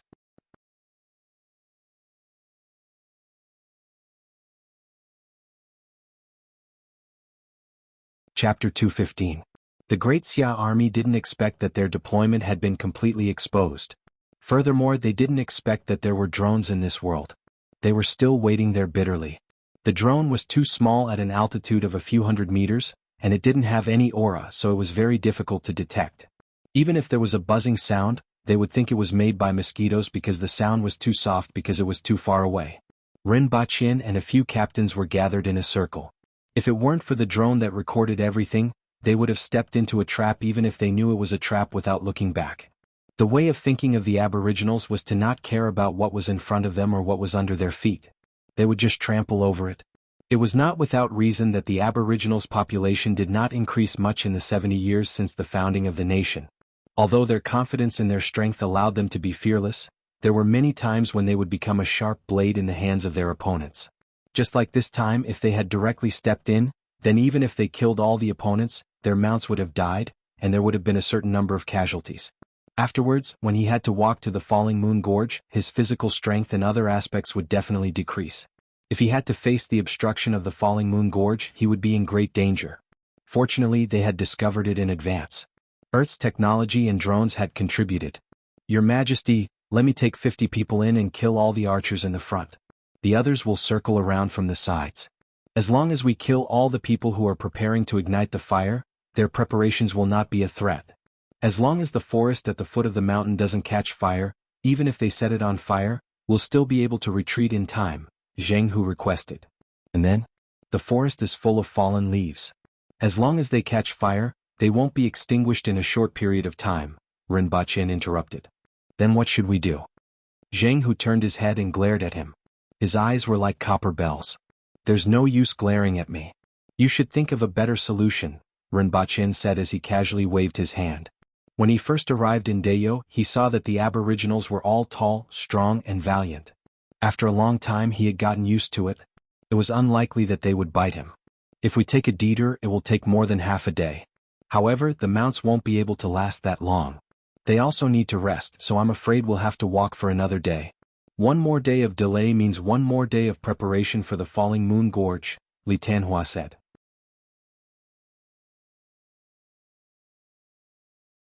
When Renbachin used the drone to take pictures just now, he noticed that the mountains on both sides were very steep, and only the mountain pass in the middle could be accessed. This was probably the reason why they were stuck there. Can't we take other routes? Rinpoche pondered for a while and asked. He didn't understand the geography of Great Xia at all. If they could avoid the ambush here in the Falling Moon Gorge by changing the route, it would be worth it even if they had to delay for a few more days. Why should they fight recklessly? Even if we pass through here, the Falling Moon Gorge will not be easy to cross. The other way is to walk through the Broken Dragon platform. That place is even more difficult to pass. Tingji shook his head and said, no matter what is blocking Her Majesty's way, the winged cavalry will advance courageously and break through everything. His voice became firm again. Rinpoche looked at him from the corner of his eyes. There was only one way left, and that was to make sure that they didn't even have the chance to set the fire. Your Majesty, why don't we use the sarin and shoot it with arrows? Rinpoche said to the Empress. As long as the archers in the forest were cleared out, he would let someone tie the sarin to the bow and shoot it to the mountainside. Presumably, they wouldn't set the fire until the winged cavalry killed their way over. After half an hour, they would be able to swagger through the forest. The only drawback was that it was a little painful. The remaining sarin was only 10 kilograms and 20 bottles. According to the pictures taken just now, they would need at least 6 bottles to envelop most of them within the range of the poisonous gas. The Empress sat on Qi Shui's back and listened to them. Finally, she nodded her head and said, let's do as Deputy Prefect Rin said. Split into 3 teams and each team will have 50 people.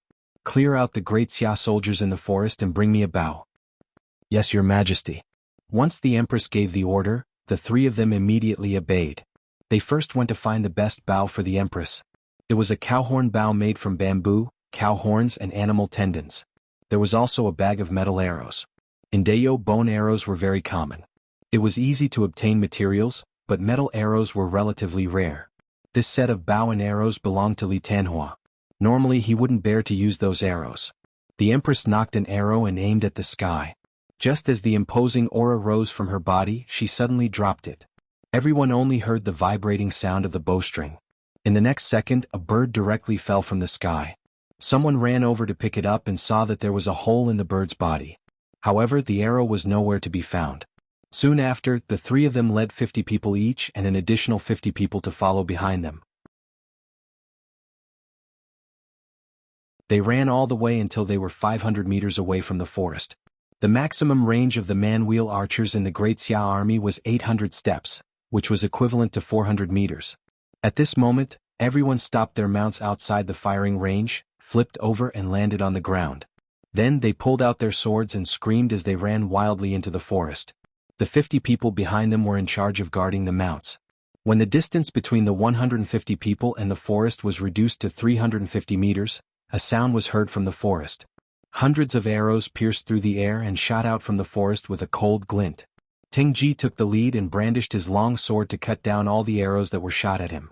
Following which, he leaped more than 20 meters away. These winged cavalry warriors were equipped with weapons and leather armor. It only took them 7 or 8 seconds to run 100 meters. Furthermore, they still had energy to spare. The other party shot a total of 2 rounds of arrows and quickly fled toward the mountain pass. When the 150 winged cavalry warriors reached the forest, they split into 3 teams. 2 of the teams headed toward the 2 sides to clear out the archers that were lying in ambush on the trees. Only one team chased after those archers and stopped when they were about to leave the forest. The Great Xia soldiers that were lying in ambush on the mountainside were originally ready to shoot their arrows. However, when they realized that no one was coming out, they raised their bows and remained motionless. Sir, only 100 of them came in. The rest are still outside. Lu Kenjun hurriedly ran to the mountainside and reported to a military commandant with a 3-foot-long beard who looked more like a scholar than a general. Even though this military commandant looked like a scholar, Lu Kenjun didn't dare to look down on him. One had to know that this military commandant was already at the advanced stages of the Earth Wheel level, which was equivalent to the Earth Embryo realm. In Great Xia he could be considered an expert. The military commandant frowned slightly.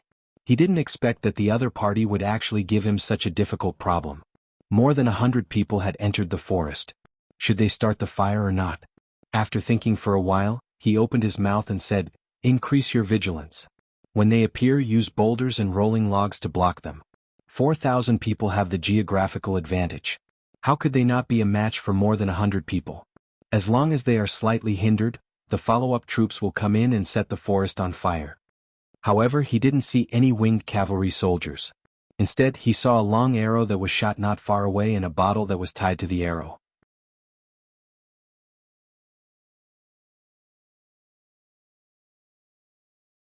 Poisoning the entire 9 pavilions wasn't something that a person who didn't know how to use poison could achieve with just a little poison. It wasn't just 1 or 2 people, 10 or 100 people, but thousands of people who were in combat mode. The weakest among them was at the man-will level, and there were even spirit-will experts like the 8 pavilion masters. This time she even poisoned 4,000 elite Great Xia soldiers who were lying in ambush at the mountain pass. Both times the death toll was huge. Similarly, they were silently poisoned to death in an open space when they were completely awake. There must be someone else beside her, a poison expert. This was everyone's conjecture. Very soon Ren Baqin, who everyone thought was a lucky gigolo, appeared in front of everyone. If there was anyone who was the most suspicious, it would be Ren Baqin, who suddenly appeared out of nowhere. The Empress also brought him to the 9 pavilions alone. The Empress appeared in the 9 pavilions, but his whereabouts were unknown. Just like that, Ren Baqin became famous in a way that even he didn't know and became a scapegoat. Poison warrior.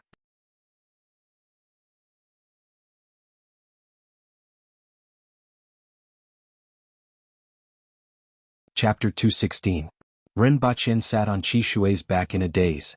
He felt that he was like Xuanzang who went on a pilgrimage. He had just defeated the one-horned king and now he was ready to go to the blazing mountain. It was a pity that Hong Haier wasn't waiting there, and there was also no Xiao Tian under the moonlight. After thinking about it carefully, even if there was, he wasn't Sun Wukong. Fortunately, the Empress wasn't Xuanzang either. The group of people walked in the mountains for a day. In front of them was a very tall mountain peak. After climbing over it, they would reach the falling moon gorge. After that, they would be able to return to Dayo. The 3 captains were finally tired of playing with the binoculars. They no longer had to tie the binoculars to their heads like before. However, their gazes shifted to the bags hanging on both sides of Qi Shui. At least one of the bags contained that thing called a drone. It was a pity that they weren't allowed to touch it, and this made the 3 of them very resentful. Sigh. Ren Baqin, who was in a daze, cried out in alarm. Qi Shui suddenly leaped and almost threw him off. Just as his voice left his mouth, he felt a force pressing him down on Qi Shui's back. "Thank you, Your Majesty." Ren Baqin turned his head and smiled at the Empress. The sunlight that shone on the treetops seemed to fall down after being smashed.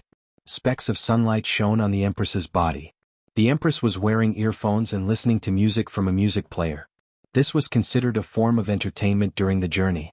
The sunlight that shone on her body, the earphones, the music, and her relaxed expression made the Empress look like a girl under the shade of a tree in a schoolyard. It would be even better if there weren't that group of people looking at them from time to time. At this moment there were actually 2 empty mounts. Ren Baqin didn't think of changing mounts, and the Empress didn't chase him off either. This was considered as tacit agreement that the 2 of them were riding on the same mount. Both of them also addressed each other as Her Majesty and Ren Baqin.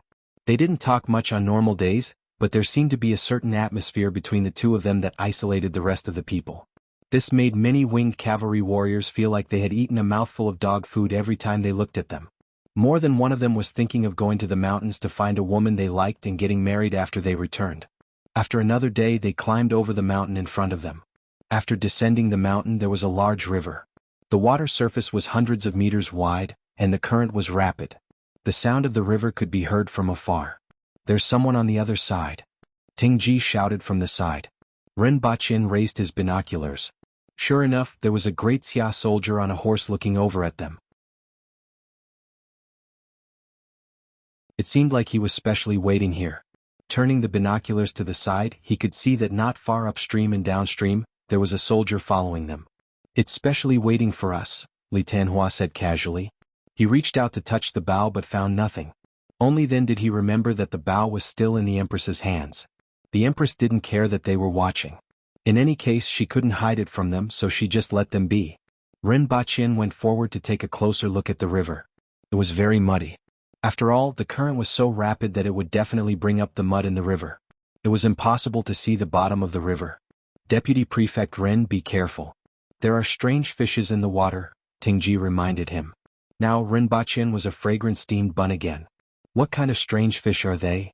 Ren Baqin turned his head and asked. He wondered if there were piranhas. However, it was not impossible. If they could be found on Earth, it was not surprising that they could be found here as well. At this moment, the sound of something breaking through the water came from behind him. Be careful. Tengji's facial expression suddenly changed and he pounced towards Rinpochen. However, a red shadow was faster than him and appeared beside Rinpochen in a flash. When Rinpochen heard the sound of something breaking through the water, he turned his head and just happened to see a huge fish head swallowing him. Yes, it was swallowing. The fish's mouth was like a bird's. It was very long and filled with fangs. His body was round. This fish looked as if a bird's mouth was installed on the fish's body. It was ugly and ferocious. Rinpochen's heart immediately trembled and he took a step back. In the next second, a spotlessly white hand stretched out from Rinpochen's side and directly slapped the fish's mouth that was trying to bite him. That fish head looked as if it was smashed by a heavy object and was directly knocked out of the water. The 5 to 6 meters long fish body spun in the air. Just when the fish tail was about to swing near the Empress, it was slapped on its body. Its body immediately exploded in the direction of the big river, spitting out a lot of flesh and blood. Together with the fish body, it fell into the middle of the big river. Very quickly, another 5 to 6 dorsal fins appeared in the middle of the big river. The river water was also dyed red with blood. Rinpochen only calmed down after a long time. He was really frightened just now. It was too sudden. He didn't expect that when he was standing by the river, that thing would dare to stretch its head out to swallow him. It was simply terrifying. If it wasn't for the Empress, he would have to be fed to the fish today. At this moment, the Empress had already returned to Qi Shui's back and was in a daze. It was as if nothing had happened. Deputy Prefect Ren Hehe? Tengji winked at Rinpochen and grinned. In the next second he felt something flying past the tip of his nose along with the sound of the wind. It scared him so much that he broke out in cold sweat. The Empress lowered her head and looked at her palm. Her throat was crooked again. After this incident, Rinpochen became well-behaved and didn't dare to run around anymore. This world was too dangerous. Everyone immediately set up camp here. After informing the Empress, Rinpochen found a secluded place and returned to Earth. After staying on Earth for 2.5 days he brought back a lot of things. Among them there were 1,000 sets of antidotes. He was prepared to release the poisonous gas at any time. With the poisonous gas, he didn't feel that there was a need to bring anything else. In any case, no matter what the other party did, after throwing 14 bottles of sarin gas, they should be able to continue their journey. It was just a pity that this thing wouldn't be easy to get his hands on in the future. Other than that, he also brought back that custom-made Han Chinese costume. He held it in his hand and smiled at the Empress. Only you can display that kind of charm in this costume. I have specially found someone to custom make it as a gift for your majesty. What costume? The Empress glanced at him and was slightly puzzled. The costume was wrapped up and she couldn't tell what it looked like. Rinpochen took out a photo. It was the effect of the costume when worn on a model. The costume was a 3-looped long robe with a beard. The extended lapel formed a triangle that wrapped around the front of the body and dragged all the way to the feet. The whole costume was red in color with black and gold at the edges. The front part of the costume was a golden phoenix spreading its wings and the back was decorated with golden flower petals. It looked extremely eye-catching, but it was also extremely beautiful. Rinpochen imagined the effect of the Empress wearing it. Coupled with her cold temperament, she would definitely be able to amaze the world. If someone else were to wear it, they would probably look like a nouveau riche. At the end of the day, the costume still depended on the person wearing it. The same costume on Yu Wenla would definitely have a different effect on other people. The Empress looked at the costume in the photo and revealed a look of fondness. No matter what kind of woman she was, she didn't have much resistance to beautiful clothes.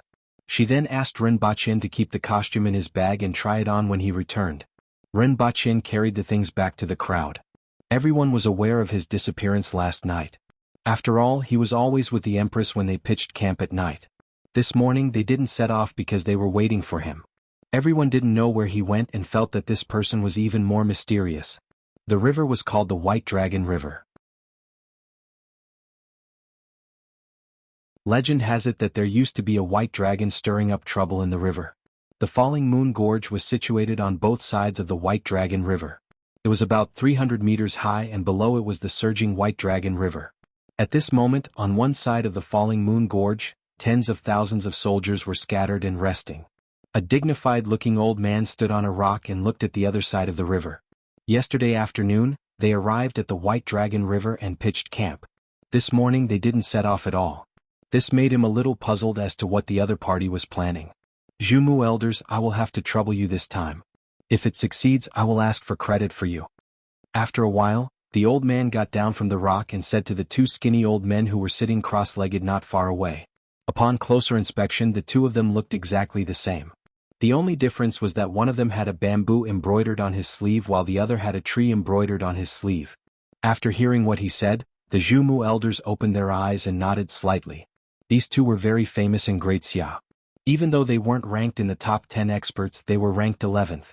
Ever since they were born, they had always advanced and retreated together and had never been separated. When they fought with others, regardless of whether it was one person or many people, they would always attack together. Therefore, on the list, both of them were ranked 11th. In fact, the two of them were telepathic and had a set of joint attacks. When they worked together, their combat power increased greatly. Even Hong Wu had to scratch his head when he encountered the two of them. It was just that their individual strength was slightly weaker than the top 10 experts, and that was why they were ranked 11th. However, after Hua Sanliu's death, the two of them were now ranked 10th in the world. This time they paid a huge price and used something that the two of them urgently needed to invite the two of them over. At this moment, a messenger pigeon flew over. After receiving the messenger pigeon, a person hurriedly went forward and reported, "General, they have set off. They will arrive in 4 hours."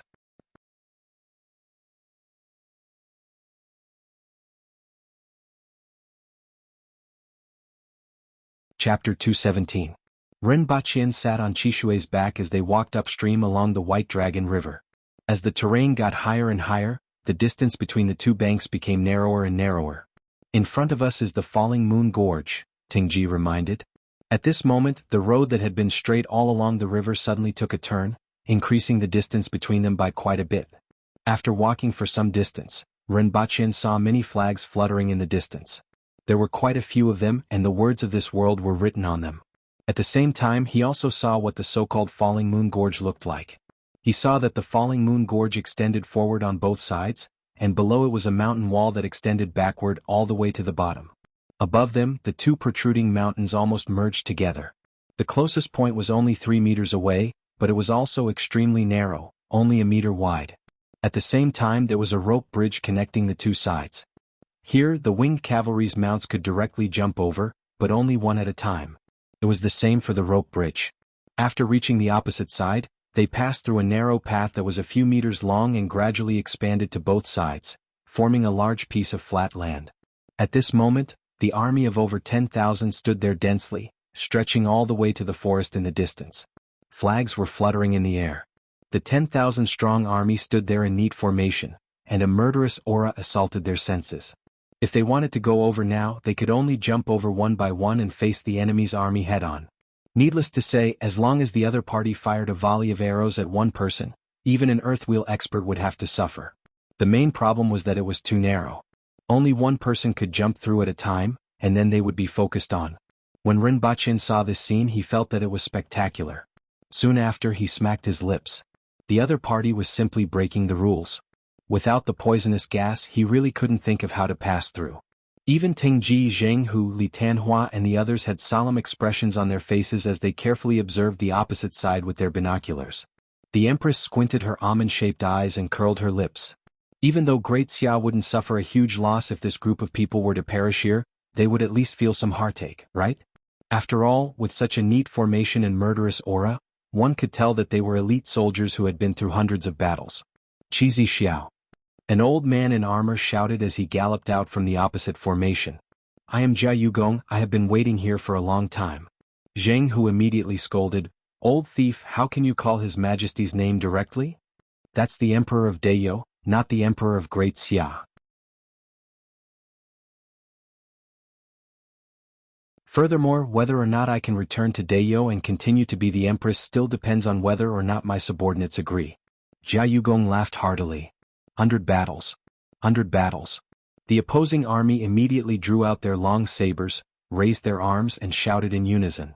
Their murderous intent soared, and their voices resounded through the clouds. If other people were to see this scene, their legs would probably go weak. The Empress snorted in disdain. As for the other winged cavalry warriors, they were all at the earthwheel level, so they weren't easily intimidated. If they were forced to charge into the army formation with weapons and spears, they would also not care about it and charge forward while laughing. It was still unknown who would win and who would lose. However, it was true that they were guarding the other side, so it would not be easy to go over. Rinpoche looked at the other side and wondered if he would go to hell if he died. In the past he didn't even dare to kill a chicken. Then he ordered Xiongpai to kill for the first time. Then he personally killed for the first time. Then he poisoned the 9 pavilions with sarin gas. He didn't know the details, but the second time he poisoned thousands of people to death. This time it was another 10,000 people. However, why did Great Xia's news travel so slowly? Previously, 4,000 people died at the pass of Mount Lianin, and these people didn't receive any news at all? To think that Rinpoche even thought that the other party would run away after hearing the news. In the end, there were so many of them standing together. After thinking for a long time, he finally sighed faintly and said, "Sigh, what a sin." This caused a few of the winged cavalry warriors to roll their eyes. The Empress, who was behind him, almost laughed out loud at his sigh. Just as Rinpoche was sighing, a Yinyao suddenly flew over from the back of the opposing army. In fact, this Yinyao had arrived a few minutes ago, but the murderous aura from below caused it to circle a few times and not dare to come down. After everyone quietened down, the Yinyao circled around again before flying toward the Yinyao in the cage below. Someone plucked the note from his leg. After taking a glance at it, his expression changed drastically. He hurriedly ran to Jia Yugong's side and shouted, "Sir, sir." Jia Yugong stood there with his back ramrod straight, looking straight at the people opposite him with a rather heroic spirit. When he heard the voice behind him, he turned around and asked, "What's the matter?" "Sir, take a look," that person said with a deathly pale face. Jia Yugong looked at him suspiciously, took the note, and immediately, his expression changed drastically. "Be careful of the poison. 4,000 soldiers from the Yuqing barracks at Mount Lianin have been poisoned to death." At first, he found it strange that these people didn't seem to have experienced any battles before arriving here. He never expected that the 4,000 soldiers lying in ambush at Mount Lianin would be poisoned to death. This time he couldn't remain calm and heroic anymore. If it was a real battle, he wouldn't have any complaints even if he died in battle. However, if they were poisoned to death like the Yuqing barracks, he couldn't accept it. Soon after, his mind was spinning rapidly. How did the other party do it? How could he guard against it? Did the other party still have that kind of poison? How should he handle the situation now? Should he fight or retreat? If he fought, what would he do if the other party poisoned them? Right now, he had no idea how the other party had managed to poison so many people to death in 2 open spaces. Would his 10,000 soldiers follow in their footsteps? They didn't even get close to the other party before they were completely wiped out. If he retreated, how would he explain it to the higher-ups? Moreover, if the other party didn't have any more poison, wouldn't he become a joke? Right now, he had the advantage of time and place. If he retreated just like this, he could kill himself if word got out. His spine felt like it was about to be broken. After thinking about it, he could only bet that the other party didn't have that kind of poison anymore. However, no matter how he thought about it, the possibility of that was very small.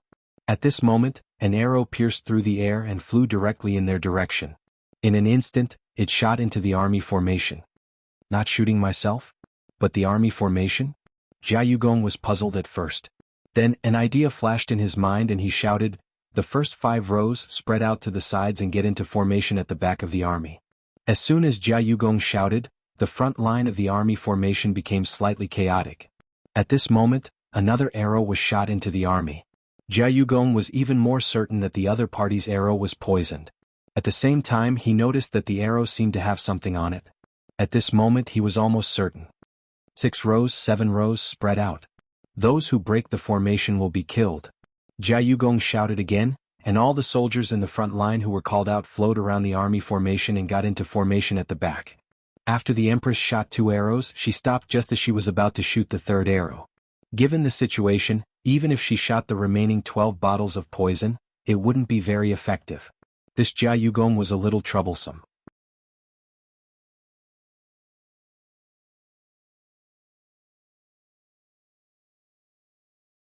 Chapter 218. Upon hearing Jia Yugong's shout, many of the winged cavalry warriors were furious. The Empress didn't say a word and shot an arrow.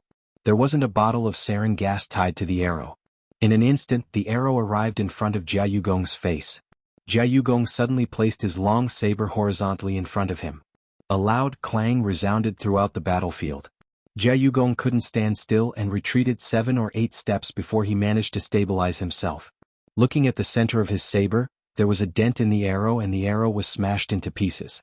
He was overwhelmed with shock that an arrow was so powerful. However, it also made him feel that Qi Zixiao had no other way to deal with this situation. Immediately he looked pleased. "Everyone get ready," Jia Yugong ordered. The soldiers at the front immediately drew their arrows, lightly knocked them on their bowstrings and lowered them slightly. As for the Zhumu elders, they were hiding nearby and waiting for Qi Zixiao to come over before making their move. "Your Majesty, they have retreated 30 meters. I would like to lead some men to kill our way over." Jianghu immediately cupped his fists in front of the Empress and requested. "I am willing to go with you," Tingji and Li Tanhua requested at the same time. At this moment the other party had retreated 30 meters. Naturally, the shooting range had also retreated a little, allowing more than 100 men to go over. "There's no hurry." Rinpochen jumped down from Qi Shui's back and said, "Your Majesty, you can be a thief for 1,000 days, but you can't guard against a thief for 1,000 days. Don't look at me. This is slang. Do you understand slang?" Rinpochen said to the three people who were glaring at him. "Even if they are on guard during the day, can they still be on guard at night? At that time they won't be able to see anything clearly and won't know what will happen. It's just a delay of half a day," Rinpochen said to the three of them. In fact, it was much more convenient for the winged cavalry to act at night due to their low numbers and high strength. On the contrary, those elite Great Xia soldiers would probably be tired after standing here for an entire day. Furthermore, if they were to shoot the poison at that time, they probably wouldn't be able to detect it. "That's fine, we'll wait until night," the Empress said indifferently. If it wasn't for the fact that her strength had been greatly reduced, she would be able to kill her way over by herself. "However, if we don't make any movements, I reckon they will figure it out in no time. At that time they might come up with some ideas. I'm afraid it will be troublesome." "I have another idea that we can try," Rinpochen suggested again. "Speak." The Empress looked at him expectantly. She wanted to see what ideas he had. Rinpochen took the backpack off the drone again and said, "I will try to see if I can use this to throw the sarin over." The Empress tilted her head slightly and said, "Okay." The three of them were no longer clamoring about going over to chop people up. They wanted to see what he was going to do. The thing in his hands was more attractive to them than chopping people up. In fact, Rinpochen had previously thought about the problem of the airdrop. He even went online to search for a remote control for making a timer. However, the remote control that was sold online had a very short range. Usually, it was only 100 meters. What he needed was a few kilometers. There were many other ways to modify it, but unfortunately he didn't know how to do it. His hands-on ability had never been his forte, and he didn't know much about machinery. Later he thought of a way to tie the sarin bottle to the drone with 2 ropes. One of the ropes was tied to the back half of the bottle and fixed to the drone. The other rope was threaded through the rubber stopper of the bottle. Then he would use the crane platform of the drone to pull off the rubber stopper. Then there would only be one rope fixed to the back of the bottle. The mouth of the bottle would naturally drop down and spill the sarin liquid. Not to mention that it wasn't easy to detect, it evaporated quickly, and it covered a larger area. The only drawback was that a lot of the sarin gas would evaporate when it was spilled, which was somewhat wasteful. However, with the lethality of the sarin gas, it should be sufficient. One had to know that after using the 2 bottles just now, there were still 12 bottles on hand, which was equivalent to 6 kilograms. In theory, 1 kilogram of sarin could kill millions of people. Rinpochen greeted the few of them and distributed the antidote to them. This was because he was afraid that they would be poisoned to death if he didn't do it properly. Following which, he took a bottle and the drone to a faraway place to fiddle with them. After a full half an hour, Rinpochen ran back to take the remote control. "Is it done?" The Empress turned her head and looked at him. Her clear and bright eyes contained an inquisitive look. "It should be fine. Let's try it." Rinpochen grinned. At the front, Jianghu and Tingji were holding binoculars and pretending to look at the situation. The other winged cavalry warriors also got down from their mounts and split out 100 people to follow behind them. They looked like they were ready to rush over at any time to attract the attention of the other party. Sure enough, the other party didn't relax. Just now, when Rinpochen was fiddling with the drone, 2.5 rows of soldiers fell, giving Jia Yugong a fright. Later on, he was sure that it was the spread of the poison and that the other party didn't use any undetectable methods. This caused the other party to retreat another 20 meters. Furthermore, the other party caught a few small beasts and threw them to the front of the battle formation. If those small beasts died, the other party would retreat again. "Qi Zixiao, You are unworthy of being the fifth most powerful expert in the world. You are neither advancing nor retreating. What exactly is the meaning of this? Jia Yugong yelled from time to time to provoke the other party. If it was in the past, this group of winged cavalry warriors would have directly charged over. However, they didn't know what Rinpochen was doing at the back. Jia Yugong's yells at most caused a little commotion before everything calmed down. Jia Yugong stretched out his hand to block the sunlight and looked at the other side. He muttered incessantly to himself as he didn't know what these people were doing. The Zhumu elders were hiding in their hiding place. After a while they opened their eyes. After seeing that there wasn't any movement, they closed their eyes again and continued to rest. Even though more than 400 winged cavalry warriors weren't a match for the two of them, it would be a little tricky with the addition of Qi Zixiao. As for how much strength Qi Zixiao had left, the two of them weren't confident at all. It was better to wait for the other party to arrive before making a move. Just the fact that they had captured Qi Zixiao made their withered hearts a little excited. Qi Zixiao's status and strength were extremely tempting to anyone. Time passed slowly. A small dot first flew 800 meters into the sky, following which, it began to move toward the top of the battle formation before descending another 200 meters. The Zhumu elders suddenly looked up at the sky at the same time. With their eyesight they could only see a small dot in the sky. It was the thing that was making a buzzing sound. The two of them were somewhat puzzled as they didn't know what was above them. It sounded like an insect. At this moment, a few drops of water dripped in front of the two of them, causing them to frown slightly. Under the control of Rinpochen, the drone in the sky pulled off the rubber stopper of the bottle as the cloud platform rotated. The mouth of the bottle immediately dropped down, and the sarin liquid spilled out. However, it was blown away by the mountain wind and scattered in all directions. Rinpochen controlled the remote control. He didn't know if the drone was successful or not. After waiting for another 2 minutes, he controlled the drone to fly back. Before the drone could land on the ground, the battle formation on the other side suddenly became chaotic. In the battle formation, the heads of the winged cavalry warriors fell to the ground. Seeing this situation, the Empress immediately knew that Rinpochen had succeeded. Her aura suddenly changed and her cold voice rang in everyone's ears. Take the medicine and kill. The winged cavalry warriors had been waiting for a long time and didn't know how long they had to wait.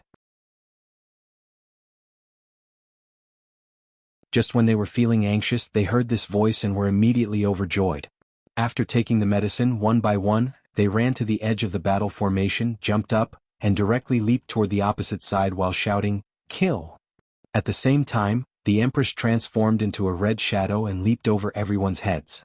She shot 2 arrows in the air toward the positions in the battle formation that weren't affected by the poisonous gas. At the same time, she pounced toward Jia Yugong. She didn't react just now, but that didn't mean that she would let him off. At this moment, Jia Yugong didn't have any heroic aura. When the battle formation started to become chaotic, he was already shocked. After hearing this shout, he immediately broke into a run and ran in the direction of the Zhumu elders. At this moment, the Zhumu elders were also shocked when they saw the battle formation become chaotic, but they forcibly suppressed the uneasiness in their hearts. Seeing the Empress transform into a red shadow and pounce toward Jia Yugong, the two of them waited for a moment until Jia Yugong ran close to them. When the Empress was only about 30 meters away from him, they let out a long laugh and appeared. The two of them were equally skinny and had the same appearance. Their laughter sounded like 2 pieces of wood rubbing against each other, and it was extremely unpleasant to hear. A brush as thick as an arm appeared in Elder Zhu's hand. He drew in the air and a black word appeared in the air. Lock. Elder Zhu shouted softly and his eyes shone brightly. Following Rinpochen's shout, a huge chain appeared beneath the Empress's feet and wrapped around her. This was his godly martial arts. Elder Mu leaped directly above the Empress, crossed his arms and shouted, "Suppress!" A huge paperweight that was about 20 meters tall and more than 20 meters in diameter appeared in front of him. It was like a mountain and smashed toward the Empress below. "Your Majesty!" The winged cavalry warriors behind her were all red with anger. "Zixiao!" Rinpochen, who was watching this scene with binoculars from afar, suddenly cried out involuntarily. This was the first time he had seen a battle between spirit wheel experts. From such a distance, the thing that appeared out of thin air looked like a small mountain. If it were to hit the Empress, he didn't dare to think about the consequences. The Empress raised her head and looked at the paperweight that was smashing down with great force. Her eyes began to turn red, and every tiny part of her body felt like it was being torn apart. At this moment, all she could see was the paperweight that was getting bigger and bigger, as well as the evil spirit pattern below it. Jia Yugong turned his head and saw this scene. He immediately stopped in his tracks and sneered. Chizi Xiao.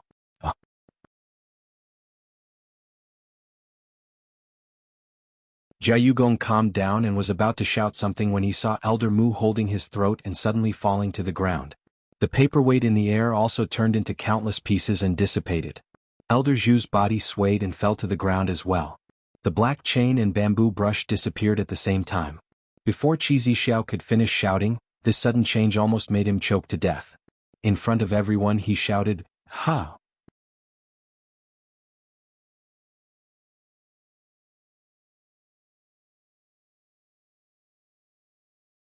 Chapter 219. Through the binoculars, Renbachin saw the Empress using the ghostly steps to appear in front of Jia Yugong, following which she executed the dragon and tiger dance.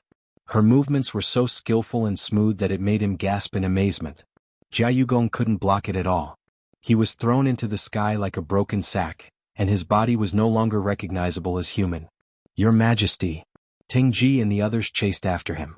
Just now they had almost been scared to death. "Kill!" the Empress said coldly. The Great Xia army at the front was in chaos. The sarin gas released by the drones had killed at least 2,000 people. The Empress shot another 2 arrows and this time she directly shot at the area with the most people. Under the circumstances that the surrounding people couldn't dodge in time, another batch of people fell, causing the situation of the Great Xia army to become even more chaotic. Some people wanted to escape, some wanted to intercept, some wanted to stop the enemy and some wanted to rescue Jia Yugong. Everything happened too abruptly. Both Jia Yugong and the rest of the Great Xia soldiers didn't expect things to turn out this way. Starting from those who were closest to the fallen soldiers, it spread to the periphery. With Jia Yugong's death, the chaos became even more difficult to resolve. After all, they were experienced soldiers. If they were given more time, they would probably be able to reorganize their formation. However, 400 winged cavalry warriors with the strength of Earthwheel rushed into the crowd like tigers entering a flock of sheep, setting off a rain of blood. This time the Great Xia army completely collapsed. Renbachin looked at the scene through his binoculars from afar. It could be said that human heads and severed limbs were flying everywhere, which made him sigh. However, after experiencing so much, he had started to get used to it. This was the disregard for human life that he had developed after witnessing so many massacres. The Empress walked to Elder Mu's side. She recognized these 2 people as soon as they appeared. After all, their appearances and weapons were very special. As expected of a top-notch spirit wheel expert, Elder Mu was poisoned and fell from such a high place, yet he was still alive. His entire body was covered in injuries and his face had turned purple. One of his hands was tightly clutching his throat, and his pupils were almost the size of a rice grain. He had almost lost his mind, but he still had some instincts. The sarin gas had shrunk his windpipe, making it difficult for him to breathe. The strength of the 2 made them realize it later, and they also breathed in more poisonous gas. Their strong physiques also made them suffer more. If the 2 of them were given the antidote now, they might be able to survive. If it was someone else, he might have made the same choice and subdued 2 powerful fighters. However, the Empress merely stepped on his head coldly. It was like a watermelon being smashed. He then landed on Elder Zhu's body and stomped on his chest and back, causing his internal organs to spurt out of his mouth. The Empress appeared beside Qi Shui in a few flashes. Renbachin handed her a handkerchief and said, "It got on your face." Perhaps it was Jia Yugong's blood. 2 drops of blood splashed onto the fair skin of the Empress, making her look even more flirtatious. The Empress took it and wiped her face.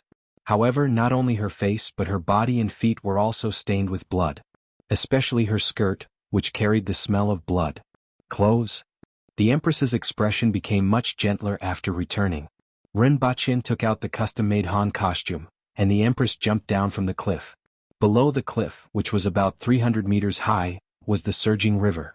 Of course, the Empress wouldn't commit suicide. With her skills, she would probably be fine even if she jumped down. Renbachin's gaze wandered as he wondered if he would be slapped to death if he were to climb up the cliff and look down with his binoculars. He sighed faintly as he looked at the 2 winged cavalry warriors who had stayed here to protect him. They were looking at him with piercing eyes. "You guys are really a hindrance." Speaking of which, he really wanted to take a peek at the Empress's identity. Even if he could take a peek openly in a few years' time, he still wanted this kind of stimulation. Under such stimulation he didn't even care about the massacre in front of him. His mind was filled with mosaic images. A moment later the Empress leaped up from the cliff.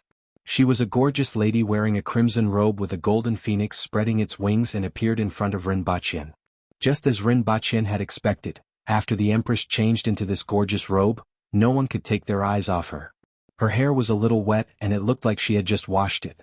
What made Rinpoche even more concerned was that the Empress was barefooted.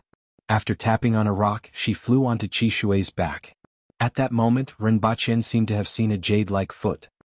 He subconsciously turned his head to look at the Empress's foot, but it was blocked by her skirt. "What are you looking at?" The Empress raised her eyebrows and asked in an unfriendly tone. "Nothing." Rinpoche hurriedly shook his head. However, his expression was very regretful. Anyone who saw him would want to give him a kick. The next moment, that foot landed on his face and kicked him off Qi Shui's back.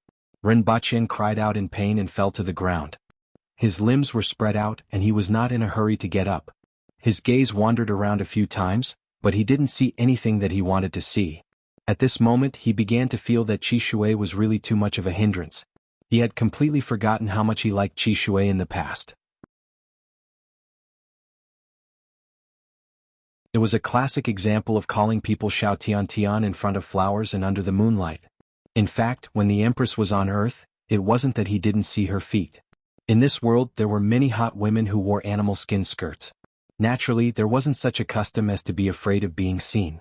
Aboriginal women actually didn't have any defenses against this. However, the battle cries were still coming from afar. The battlefield was right in front of him. Looking at the Empress's gorgeous attire, he felt especially itchy in his heart. After a while, Rinpoche heard that the battle cries seemed to have become much softer. He got up from the ground, took a pair of binoculars and looked at the opposite side of the cliff. He saw corpses lying on the ground and blood splattered everywhere. The Great Xia army had already been completely routed and fled into the forest in the distance. The winged cavalry were in hot pursuit from behind. After waiting for a while, those winged cavalry warriors finally returned with a satisfied look on their faces. Their simple smiles were restored. After doing a head count, it was discovered that 4 winged cavalry warriors had died in battle. All of them were Great Xia's earthwheel experts who were seriously injured and died when they fought with their lives on the line. Seeing that there were casualties, Rinpoche felt that it was a pity. After all, these people dying on the battlefield couldn't escape from him. Rinpoche thought about the Bichi again. Nowadays he was really a jinx. However, Great Xia was even more unlucky. As the saying goes, misfortune and blessing are interdependent. Where was the blessing? This time around there were many earthwheel experts in the Great Xia army. It was just that a large number of people died from the poison gas at the beginning and became chaotic. Subsequently, they were defeated by the charging winged cavalry, which prevented them from displaying their strength. Otherwise, with the cooperation of 10,000 elite soldiers, the winged cavalry would have suffered heavy casualties in a head-on battle. As for the Jianghu elders, they had just been promoted to the top 10 experts. Just by showing their faces they gave everyone a fright and they were poisoned just like that. In this battle, 3,000 Great Xia soldiers were poisoned to death. In the ensuing chaos, 4,000 were killed by the winged cavalry, and less than 3,000 were able to escape. Including the previous 2 battles, Great Xia suffered 13,000 casualties. It could be said that they had suffered heavy casualties, while the winged cavalry only lost 6 men. This didn't include the 9 pavilions and the Jianghu elders. No one knew that there was still the Qingyang sect that was quietly declining. As for Qi Zixiao, not even a single hair on her body was hurt. When this news spread, the entire Great Xia was in an uproar. The Emperor of Great Xia flipped the table in his study. When Lian Qiji from the Lian family found out about this, his face turned pale. Previously he only wanted Qi Zixiao to see that gigolo die, but he was powerless to do anything. This was the greatest revenge he could do. He really didn't expect Qi Zixiao to be willing to go deep into Great Xia for that gigolo. When the news of the 9 pavilions being destroyed came out, he locked himself in his study for a day and didn't come out. Soon after, he sent out all the insiders except for 1 earthwheel expert. Then he sent people to silence them halfway. He realized that he had underestimated Qi Zixiao. He had underestimated her strength and temperament. He couldn't imagine what she would do if she knew that he was involved in this matter. When the results of the 3 consecutive battles came out, he was pondering how to silence that earthwheel expert. Losing an earthwheel expert could be said to be a serious blow to the Lian family. Not to mention the Lien family now only had a total of 4 Earthwheel experts after losing 2 people. He was really afraid that the slightest bit of news would spread. You're tuning in to the Han Li's Wuxia Adventures YouTube channel. We're so grateful for your support, and don't forget to subscribe to join us on this incredible journey through captivating stories. Your generosity through donations truly makes a world of difference, as it's the primary source of revenue that allows me to expand and enhance this channel for you. Thank you from the bottom of my heart for being a part of this adventure.